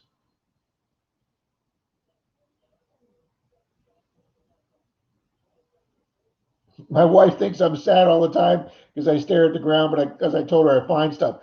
Guys, I catch myself staring at the ground all the time. About a month ago, I stopped at Wawa around midnight because I realized I was out of milk, and I hate paying those kind of prices as opposed to the store, but I got to have some milk, so I ran into Wawa, and guys, I get out of my truck, 2 parking spots over, it's empty. I look down, there's a $20 bill. I was like, man, this is a great night. I go into Wawa, I get my milk, I come out. The car next to that spot where I found the 20 had pulled out, and underneath their car was another $20 bill. I came home from Wawa with $40. It was a great night.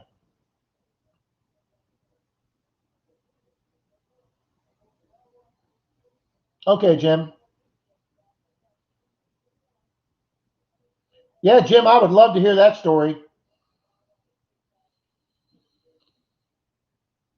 Now, John, did you keep that gold eagle, or do you still have it, or did you sell it? Reed, same thing with me. I'm looking at the ground all the time. I found a penny yesterday.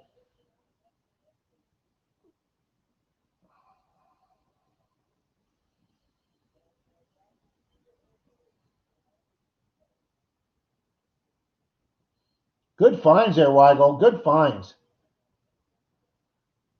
My buddy Clearwater Mike that I was just talking about that found the gold coin. His silver he finds in the water, guys. He finds some stuff that's been there so long it just comes out just virtually black, and that's when he pretty much knows it's silver. And he takes them home and cleans them up, guys, and then he sends me a before and after pic. Wow, Mike does a nice job cleaning his silver rings. But silver jewelry that's been in the golf for a long time comes out absolutely black. Like these three.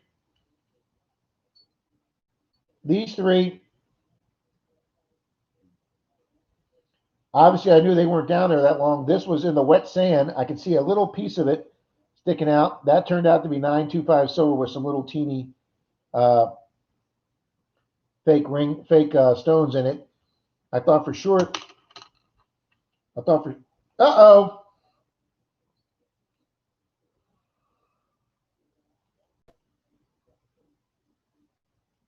Okay, I got that off my screen.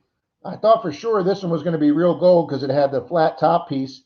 You could put it in engraving, but it's got some corrosion on the inside. And this one was so light, I knew this was just a fake one. But yeah, 3 rings last week, Clearwater, and one of them real silver. That ties my best ring day on the beach. Mine forever. He says he's not selling it. Same forever. Okay, I just think it's a habit from our hobby. Marty Verstel's digging with Marty. Good morning, sir. Glad you could make it here.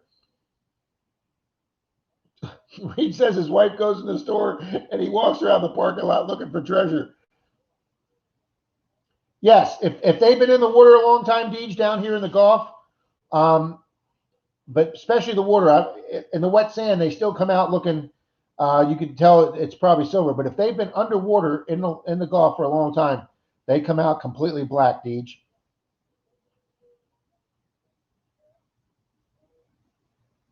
2 working nickels I found last week were in an area that had lots of rocks and it was real tough digging with a sand scoop. Yeah, I bet it was.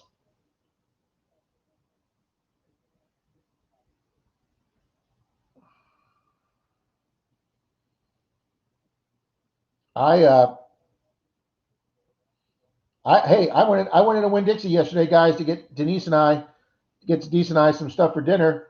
And the first thing I do as soon as I go in the door at Winn Dixie, our local grocery store, I make a left and go right over to the ATM machine and the Coinstar machine, and I check Coinstar. And like I showed earlier in the day, my buddy Stan from my club found Rosie's in the Coinstar machine, guys. He went into the store, grocery shop, checked the machine, they weren't there, and as he was going through checkout, he went back over, and between the time he came in the store and the time he checked out, somebody had used Coinstar and left 2 silver coins in the thing, so he found them on the way out.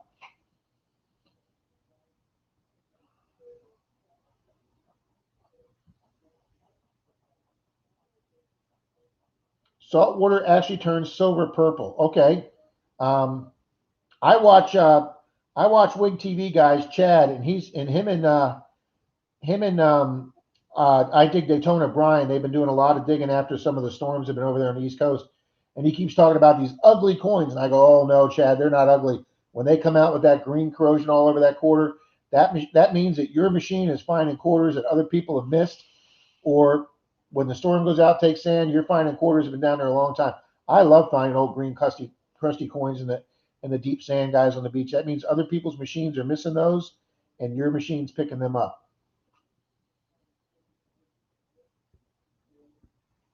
There you go, Mike. Found a gold necklace when he was 8. That is awesome. Yep, I just did a video, I think about 2, 3 months ago. I finally got me silver in the Coinstar. It had been almost a year since I got in silver. Marty says he's in between for a couple hours in between deer hunts. Got a great 10-pointer on Friday. Congratulations, Marty. A 10-pointer. Wow, I bet that was pretty big. No, Deej, it looks like it's no, because I got my computer angled so my face isn't sitting in the dark. So there you go, Deej. That's how it looks. Yeah, it's just the angle of the view. It's one of my favorite coins in my case. I look at it every day. Every single find I have in my case tells me a story worth more than a value. John, I've sold one. I sold a 14 karat gold earring I found on Clearwater Beach that was marked AK Turkey. I researched it, found out that AK was Turkey's biggest gold uh, maker or whatever, maker of gold jewelry in Turkey. And I found it near a lounge chair in front of a really expensive hotel in Clearwater Beach. And I sold that to pay for the little gold 1 ounce or 1 gram silver gold bar that I used in my 1,000 subscriber giveaway. And to this day, I regret selling that gold earring. I should have just taken, $80 out of the bank to buy that little gram of gold for my giveaway.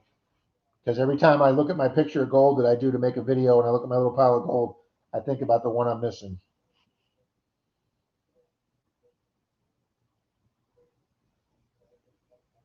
Absolutely, Kay. Absolutely. Messy Hole says he gets paper clips and lip. I got a I got a rusty razor blade once, so be careful, guys. Just don't stick your hand in there. Um, I'm sure somebody just had an old jar, you know, an old jar of like this of coins or something, and I'm sure they dumped it. You get watch batteries in there all the time. Damn it! Why does my? That's why I had to turn it, Deej, because my color keeps going out.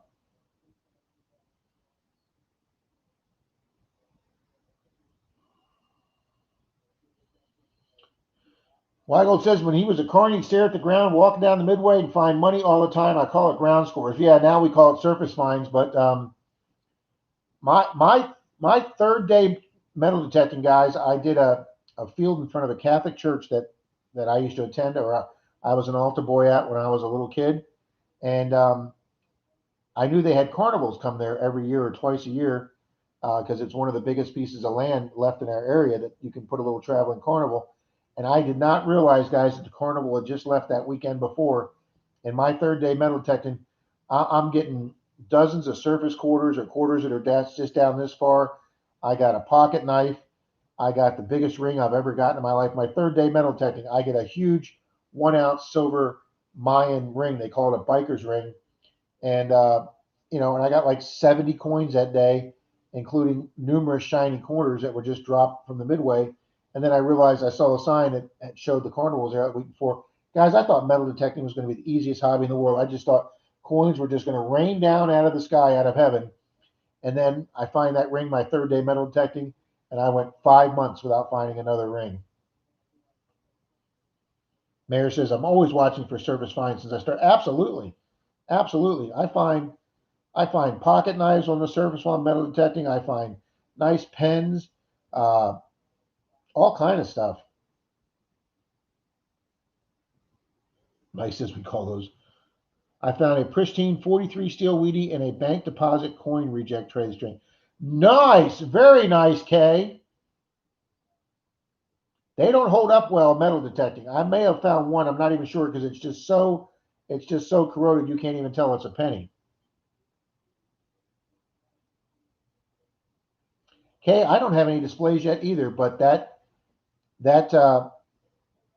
oh, never mind, I haven't showed it yet. But I recently found, guys, a skeleton keyhole faceplate. It's got the two little holes in it to mount it to the front of a faceplate lock, keyhole lock. And my first display case is going to be my three skeleton keys, and I'm putting that keyhole cover in with it, and I think it's going to be a cool little display.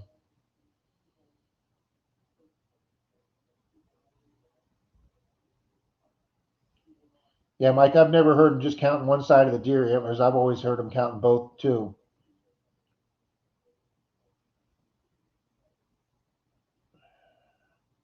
Looking at the ground just means you are a diehard treasure hunter. I think so, Deej. I agree. Well, that was nice of you, Mike. Richard says he wished Wheaties were worth more. He collected them all together the other day, and he has a crap load of them. Yeah, don't we all? I don't think I've ever gotten rid of any. I think I've got all my Wheaties around here in glass jars.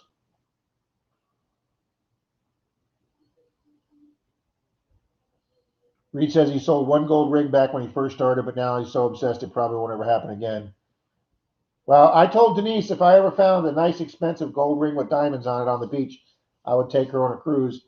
And I did find my first gold ring with diamond on Clearwater Beach, but it's a three teeny little speck of diamonds. But I am thinking about taking all my taking the gold rings I found on the beach, which aren't many, um, and then taking all the silver halves I find coin roll hunting.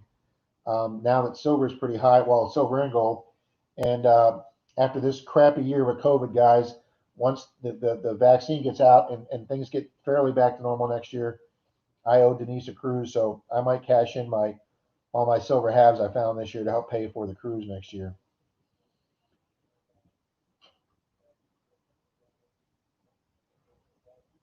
There you go, Mayor.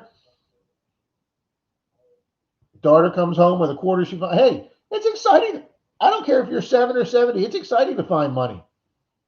Mike's right. Fairgrounds are a great place to detect.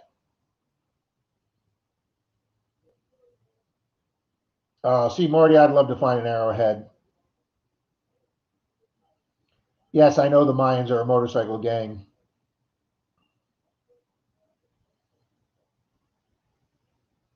Now, when I say Mayan or Aztec, I really mean a Mayan or Aztec. Let me hold on one second. Guys, talk to each other for a second.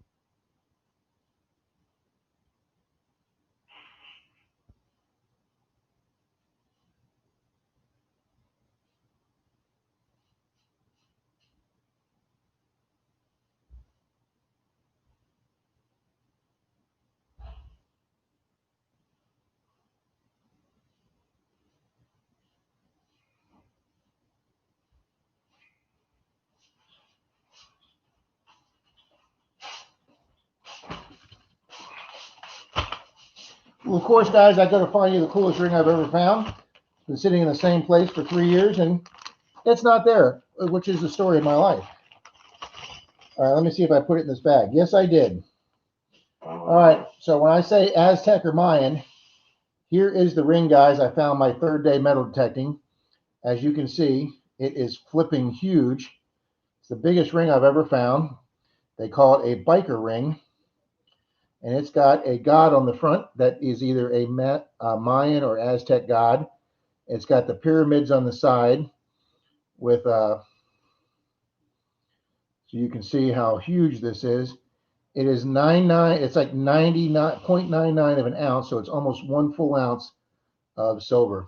It's got bird designs on the side like you see on an Aztec pyramid on both sides.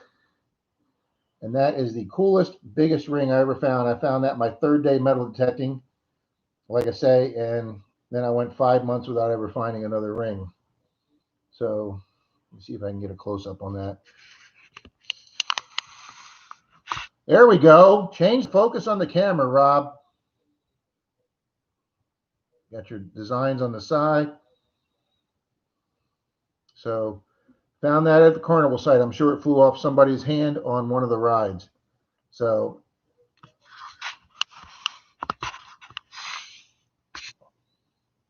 I got that in my bag of good finds.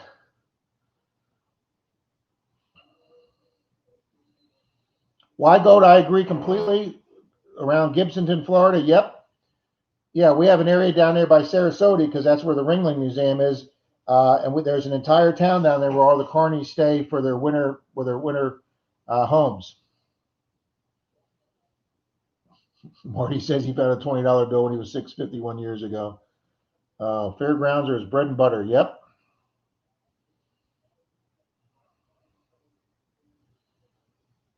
Oh my gosh, a barber dime on the surface. That's great.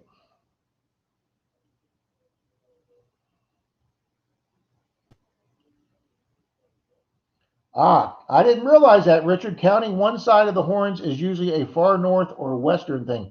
I did not realize that. I thought it was just standard that you counted all the points on both sides. Messy Hole says I need my phone needs to be plugged in. He doesn't feel like sitting next to an outlet.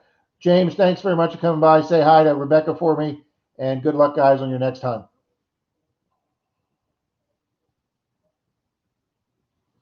The Ring of Fire, the Zipper. Yep, I know the Zicker. I don't know the Rocco plane. Any other carnival rides that guys upside down are money shakers. We used to purposely make the riders lose money in ring. That's hilarious.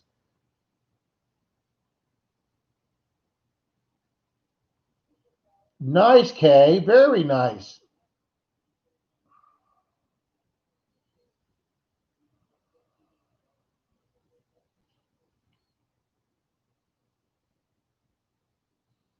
Yeah, Richard, I've been lazy too. I'm supposed to be doing Thailand as soon as this live stream ends. Nathaniel, thank you very much. It's 6:12 here p.m. and the kids are like wild animals screaming for food. I guess so. Oh,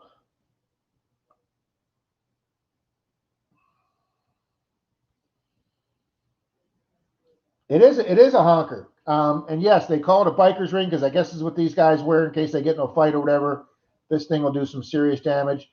I have shown this to some, for lack of a better word, I've shown this to some biker chicks, and they have just salivated over this ring. I've been offered to sell this ring a lot, but that's my first ring I ever found, guys.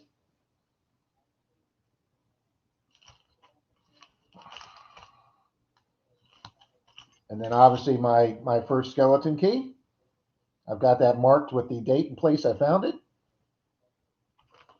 And up until recently, guys, when I found that silver, I don't know what it is. You guys will be seeing it soon. With the hallmarks from the 1890s on it from the silver company. That's only the second piece of silver household items. Here is my first, my one and only sterling silver saltpeter top. And guys, when I found this, I threw it in my bag. I thought it was a bottle cap. So luckily, I checked my trash real quick because also this was very dark. Shovelhead Ed. Hey, Shovel Ed. HD Shovel Ed, welcome. Another long, long time subscriber of mine. Good morning. Okay, Jim says mule-tailed deer and black-tailed deer are usually counted white-tailed and white-tailed. See, there you go, Jim. I didn't know that. Wygold says he's going to send me a photo via messenger in a few minutes of an Aztec-looking pendant to share with the group. It's 925. That's cool. Out west, they go by 404 or 5x5, and usually in the Midwest. Well, I know down here in Florida, we don't have the biggest deer in the world. We usually because we got usually the little white-tailed deer. I know they count all the horns down here. Oregon and Washington only count one side. Isn't it amazing how each region has their own different things? I know, Kay. It's amazing, isn't it? I'm gonna have to leave soon just to do my football picks. The best 3 hours of your life. Well, thanks, Jim. Wow, I didn't know that, Mike. My dad used to have a CB radio. If you find the old Citizens Band radio, coaxial ends, the old ones are silver. I did not know that.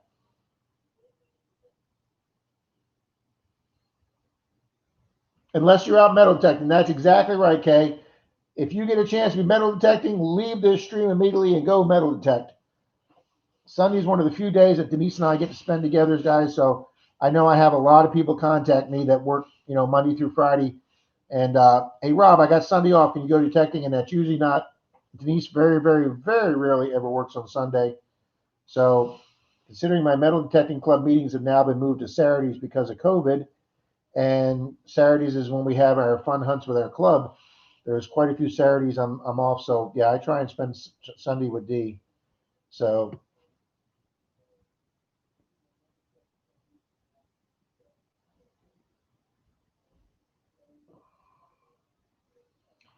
check Messenger on Facebook, Weigald.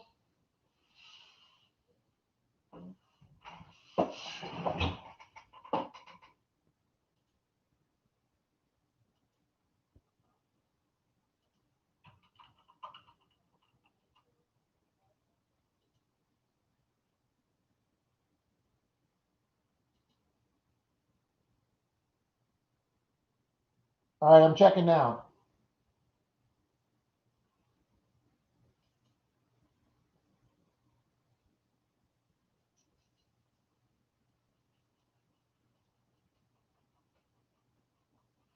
Hang on, guys. I'm not real sure how to do Facebook here.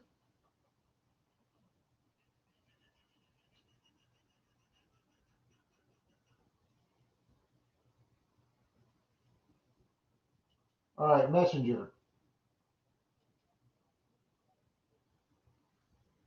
Oh, yeah, I got it, Rob. I got it.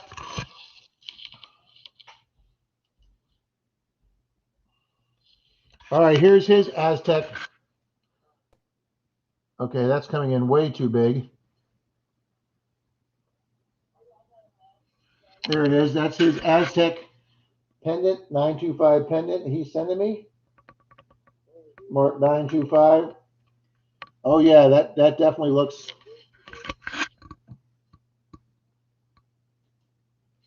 Oh, there we go. There we go, guys. That is just absolutely gorgeous. Rob from Weigold's found that. That is just gorgeous, Rob. That is definitely a Mayan or Aztec uh, design right there. That is just gorgeous, sir. Great find. That is a great find. Good job, buddy.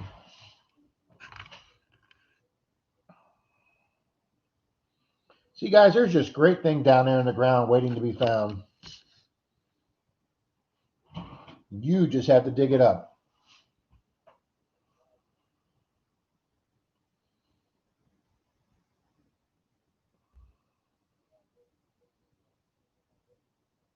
Jim says he's got a 13-point non-typical head mount that he shot.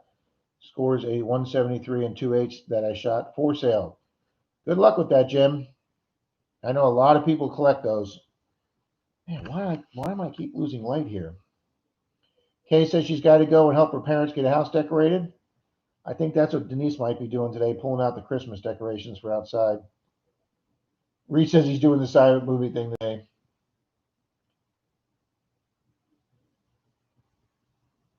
Oh yeah, Mike. Yeah, anytime they get to do a street tear out or sewer tear out. Thank you, Kay. He says thank you. Look at the front pick.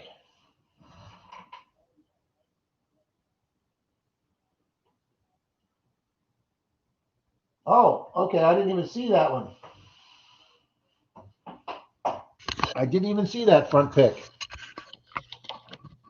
Look at that. That's even. God, that's a beautiful, beautiful pendant there, Rob. Look at that baby. All righty. Sorry, when I signed in the messenger, I thought that was the top photo, and I got your address there too, sir.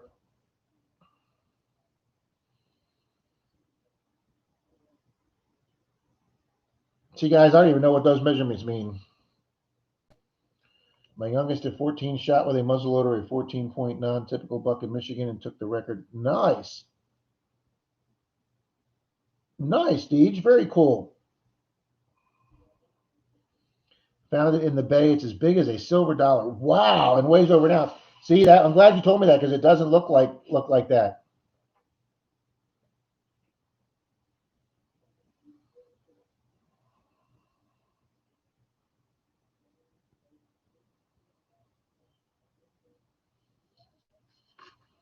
Wow, this new camera of mine's giving me a nice picture, guys. That plane of mine in the background looks really nice.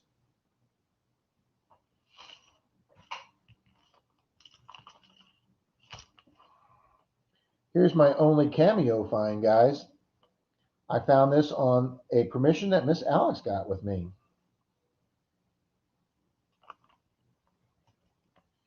Grony Boys had asked me if I wanted to show or hide that. I will be happy to show that. Guys, check out the Grony Boys channel. They are doing a giveaway that they're going to pick for the winners next Sunday. So get over to the Grony Boys channels, get on their giveaway, subscribe to them, be a public subscriber, and get in and see if you can win some good prizes.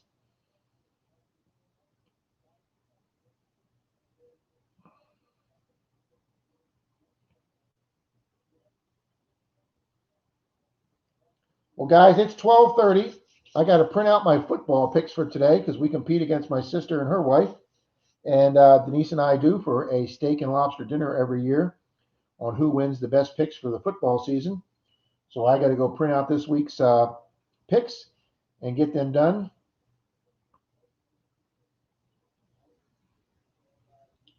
Yeah, please do, Deej. We'll show that. I'm getting ready to go. We'll show that next week.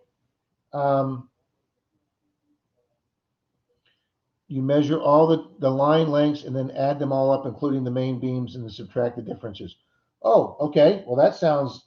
Yeah, I haven't hunted, guys, since I was in college. I went hog hunting one time and didn't get one. I saw one in the weeds and took a shot at it, but I missed, and that's the only time I've ever gone hunting, guys. I had a uh, I had a 308 lever action back then with a scope on it. But that's the only time I've ever hunted, guys, up in North Florida in the woods. I'm just not a hunting guy myself. I got nothing against anybody, especially if you guys eat your meat. Um, like I say, I had a supervisor at work once at the city on Christmas Eve. Him and his son would go deer hunting, and on Christmas Eve, he'd have all the guys over that had to work nights on Christmas Eve over to their house for a huge vat of venison stew that was just absolutely phenomenal, and I look forward to that every year. So, guys, I'm going to wrap this up. Thanks for hanging out with me for 3.5 hours today. Man, this thing flew by, guys. Some great conversations today. We had some deer hunting folks in here talking about that. We talked about a lot of the grounds you folks cover at your own areas and the things you can find. Some gold panning, some gold mining.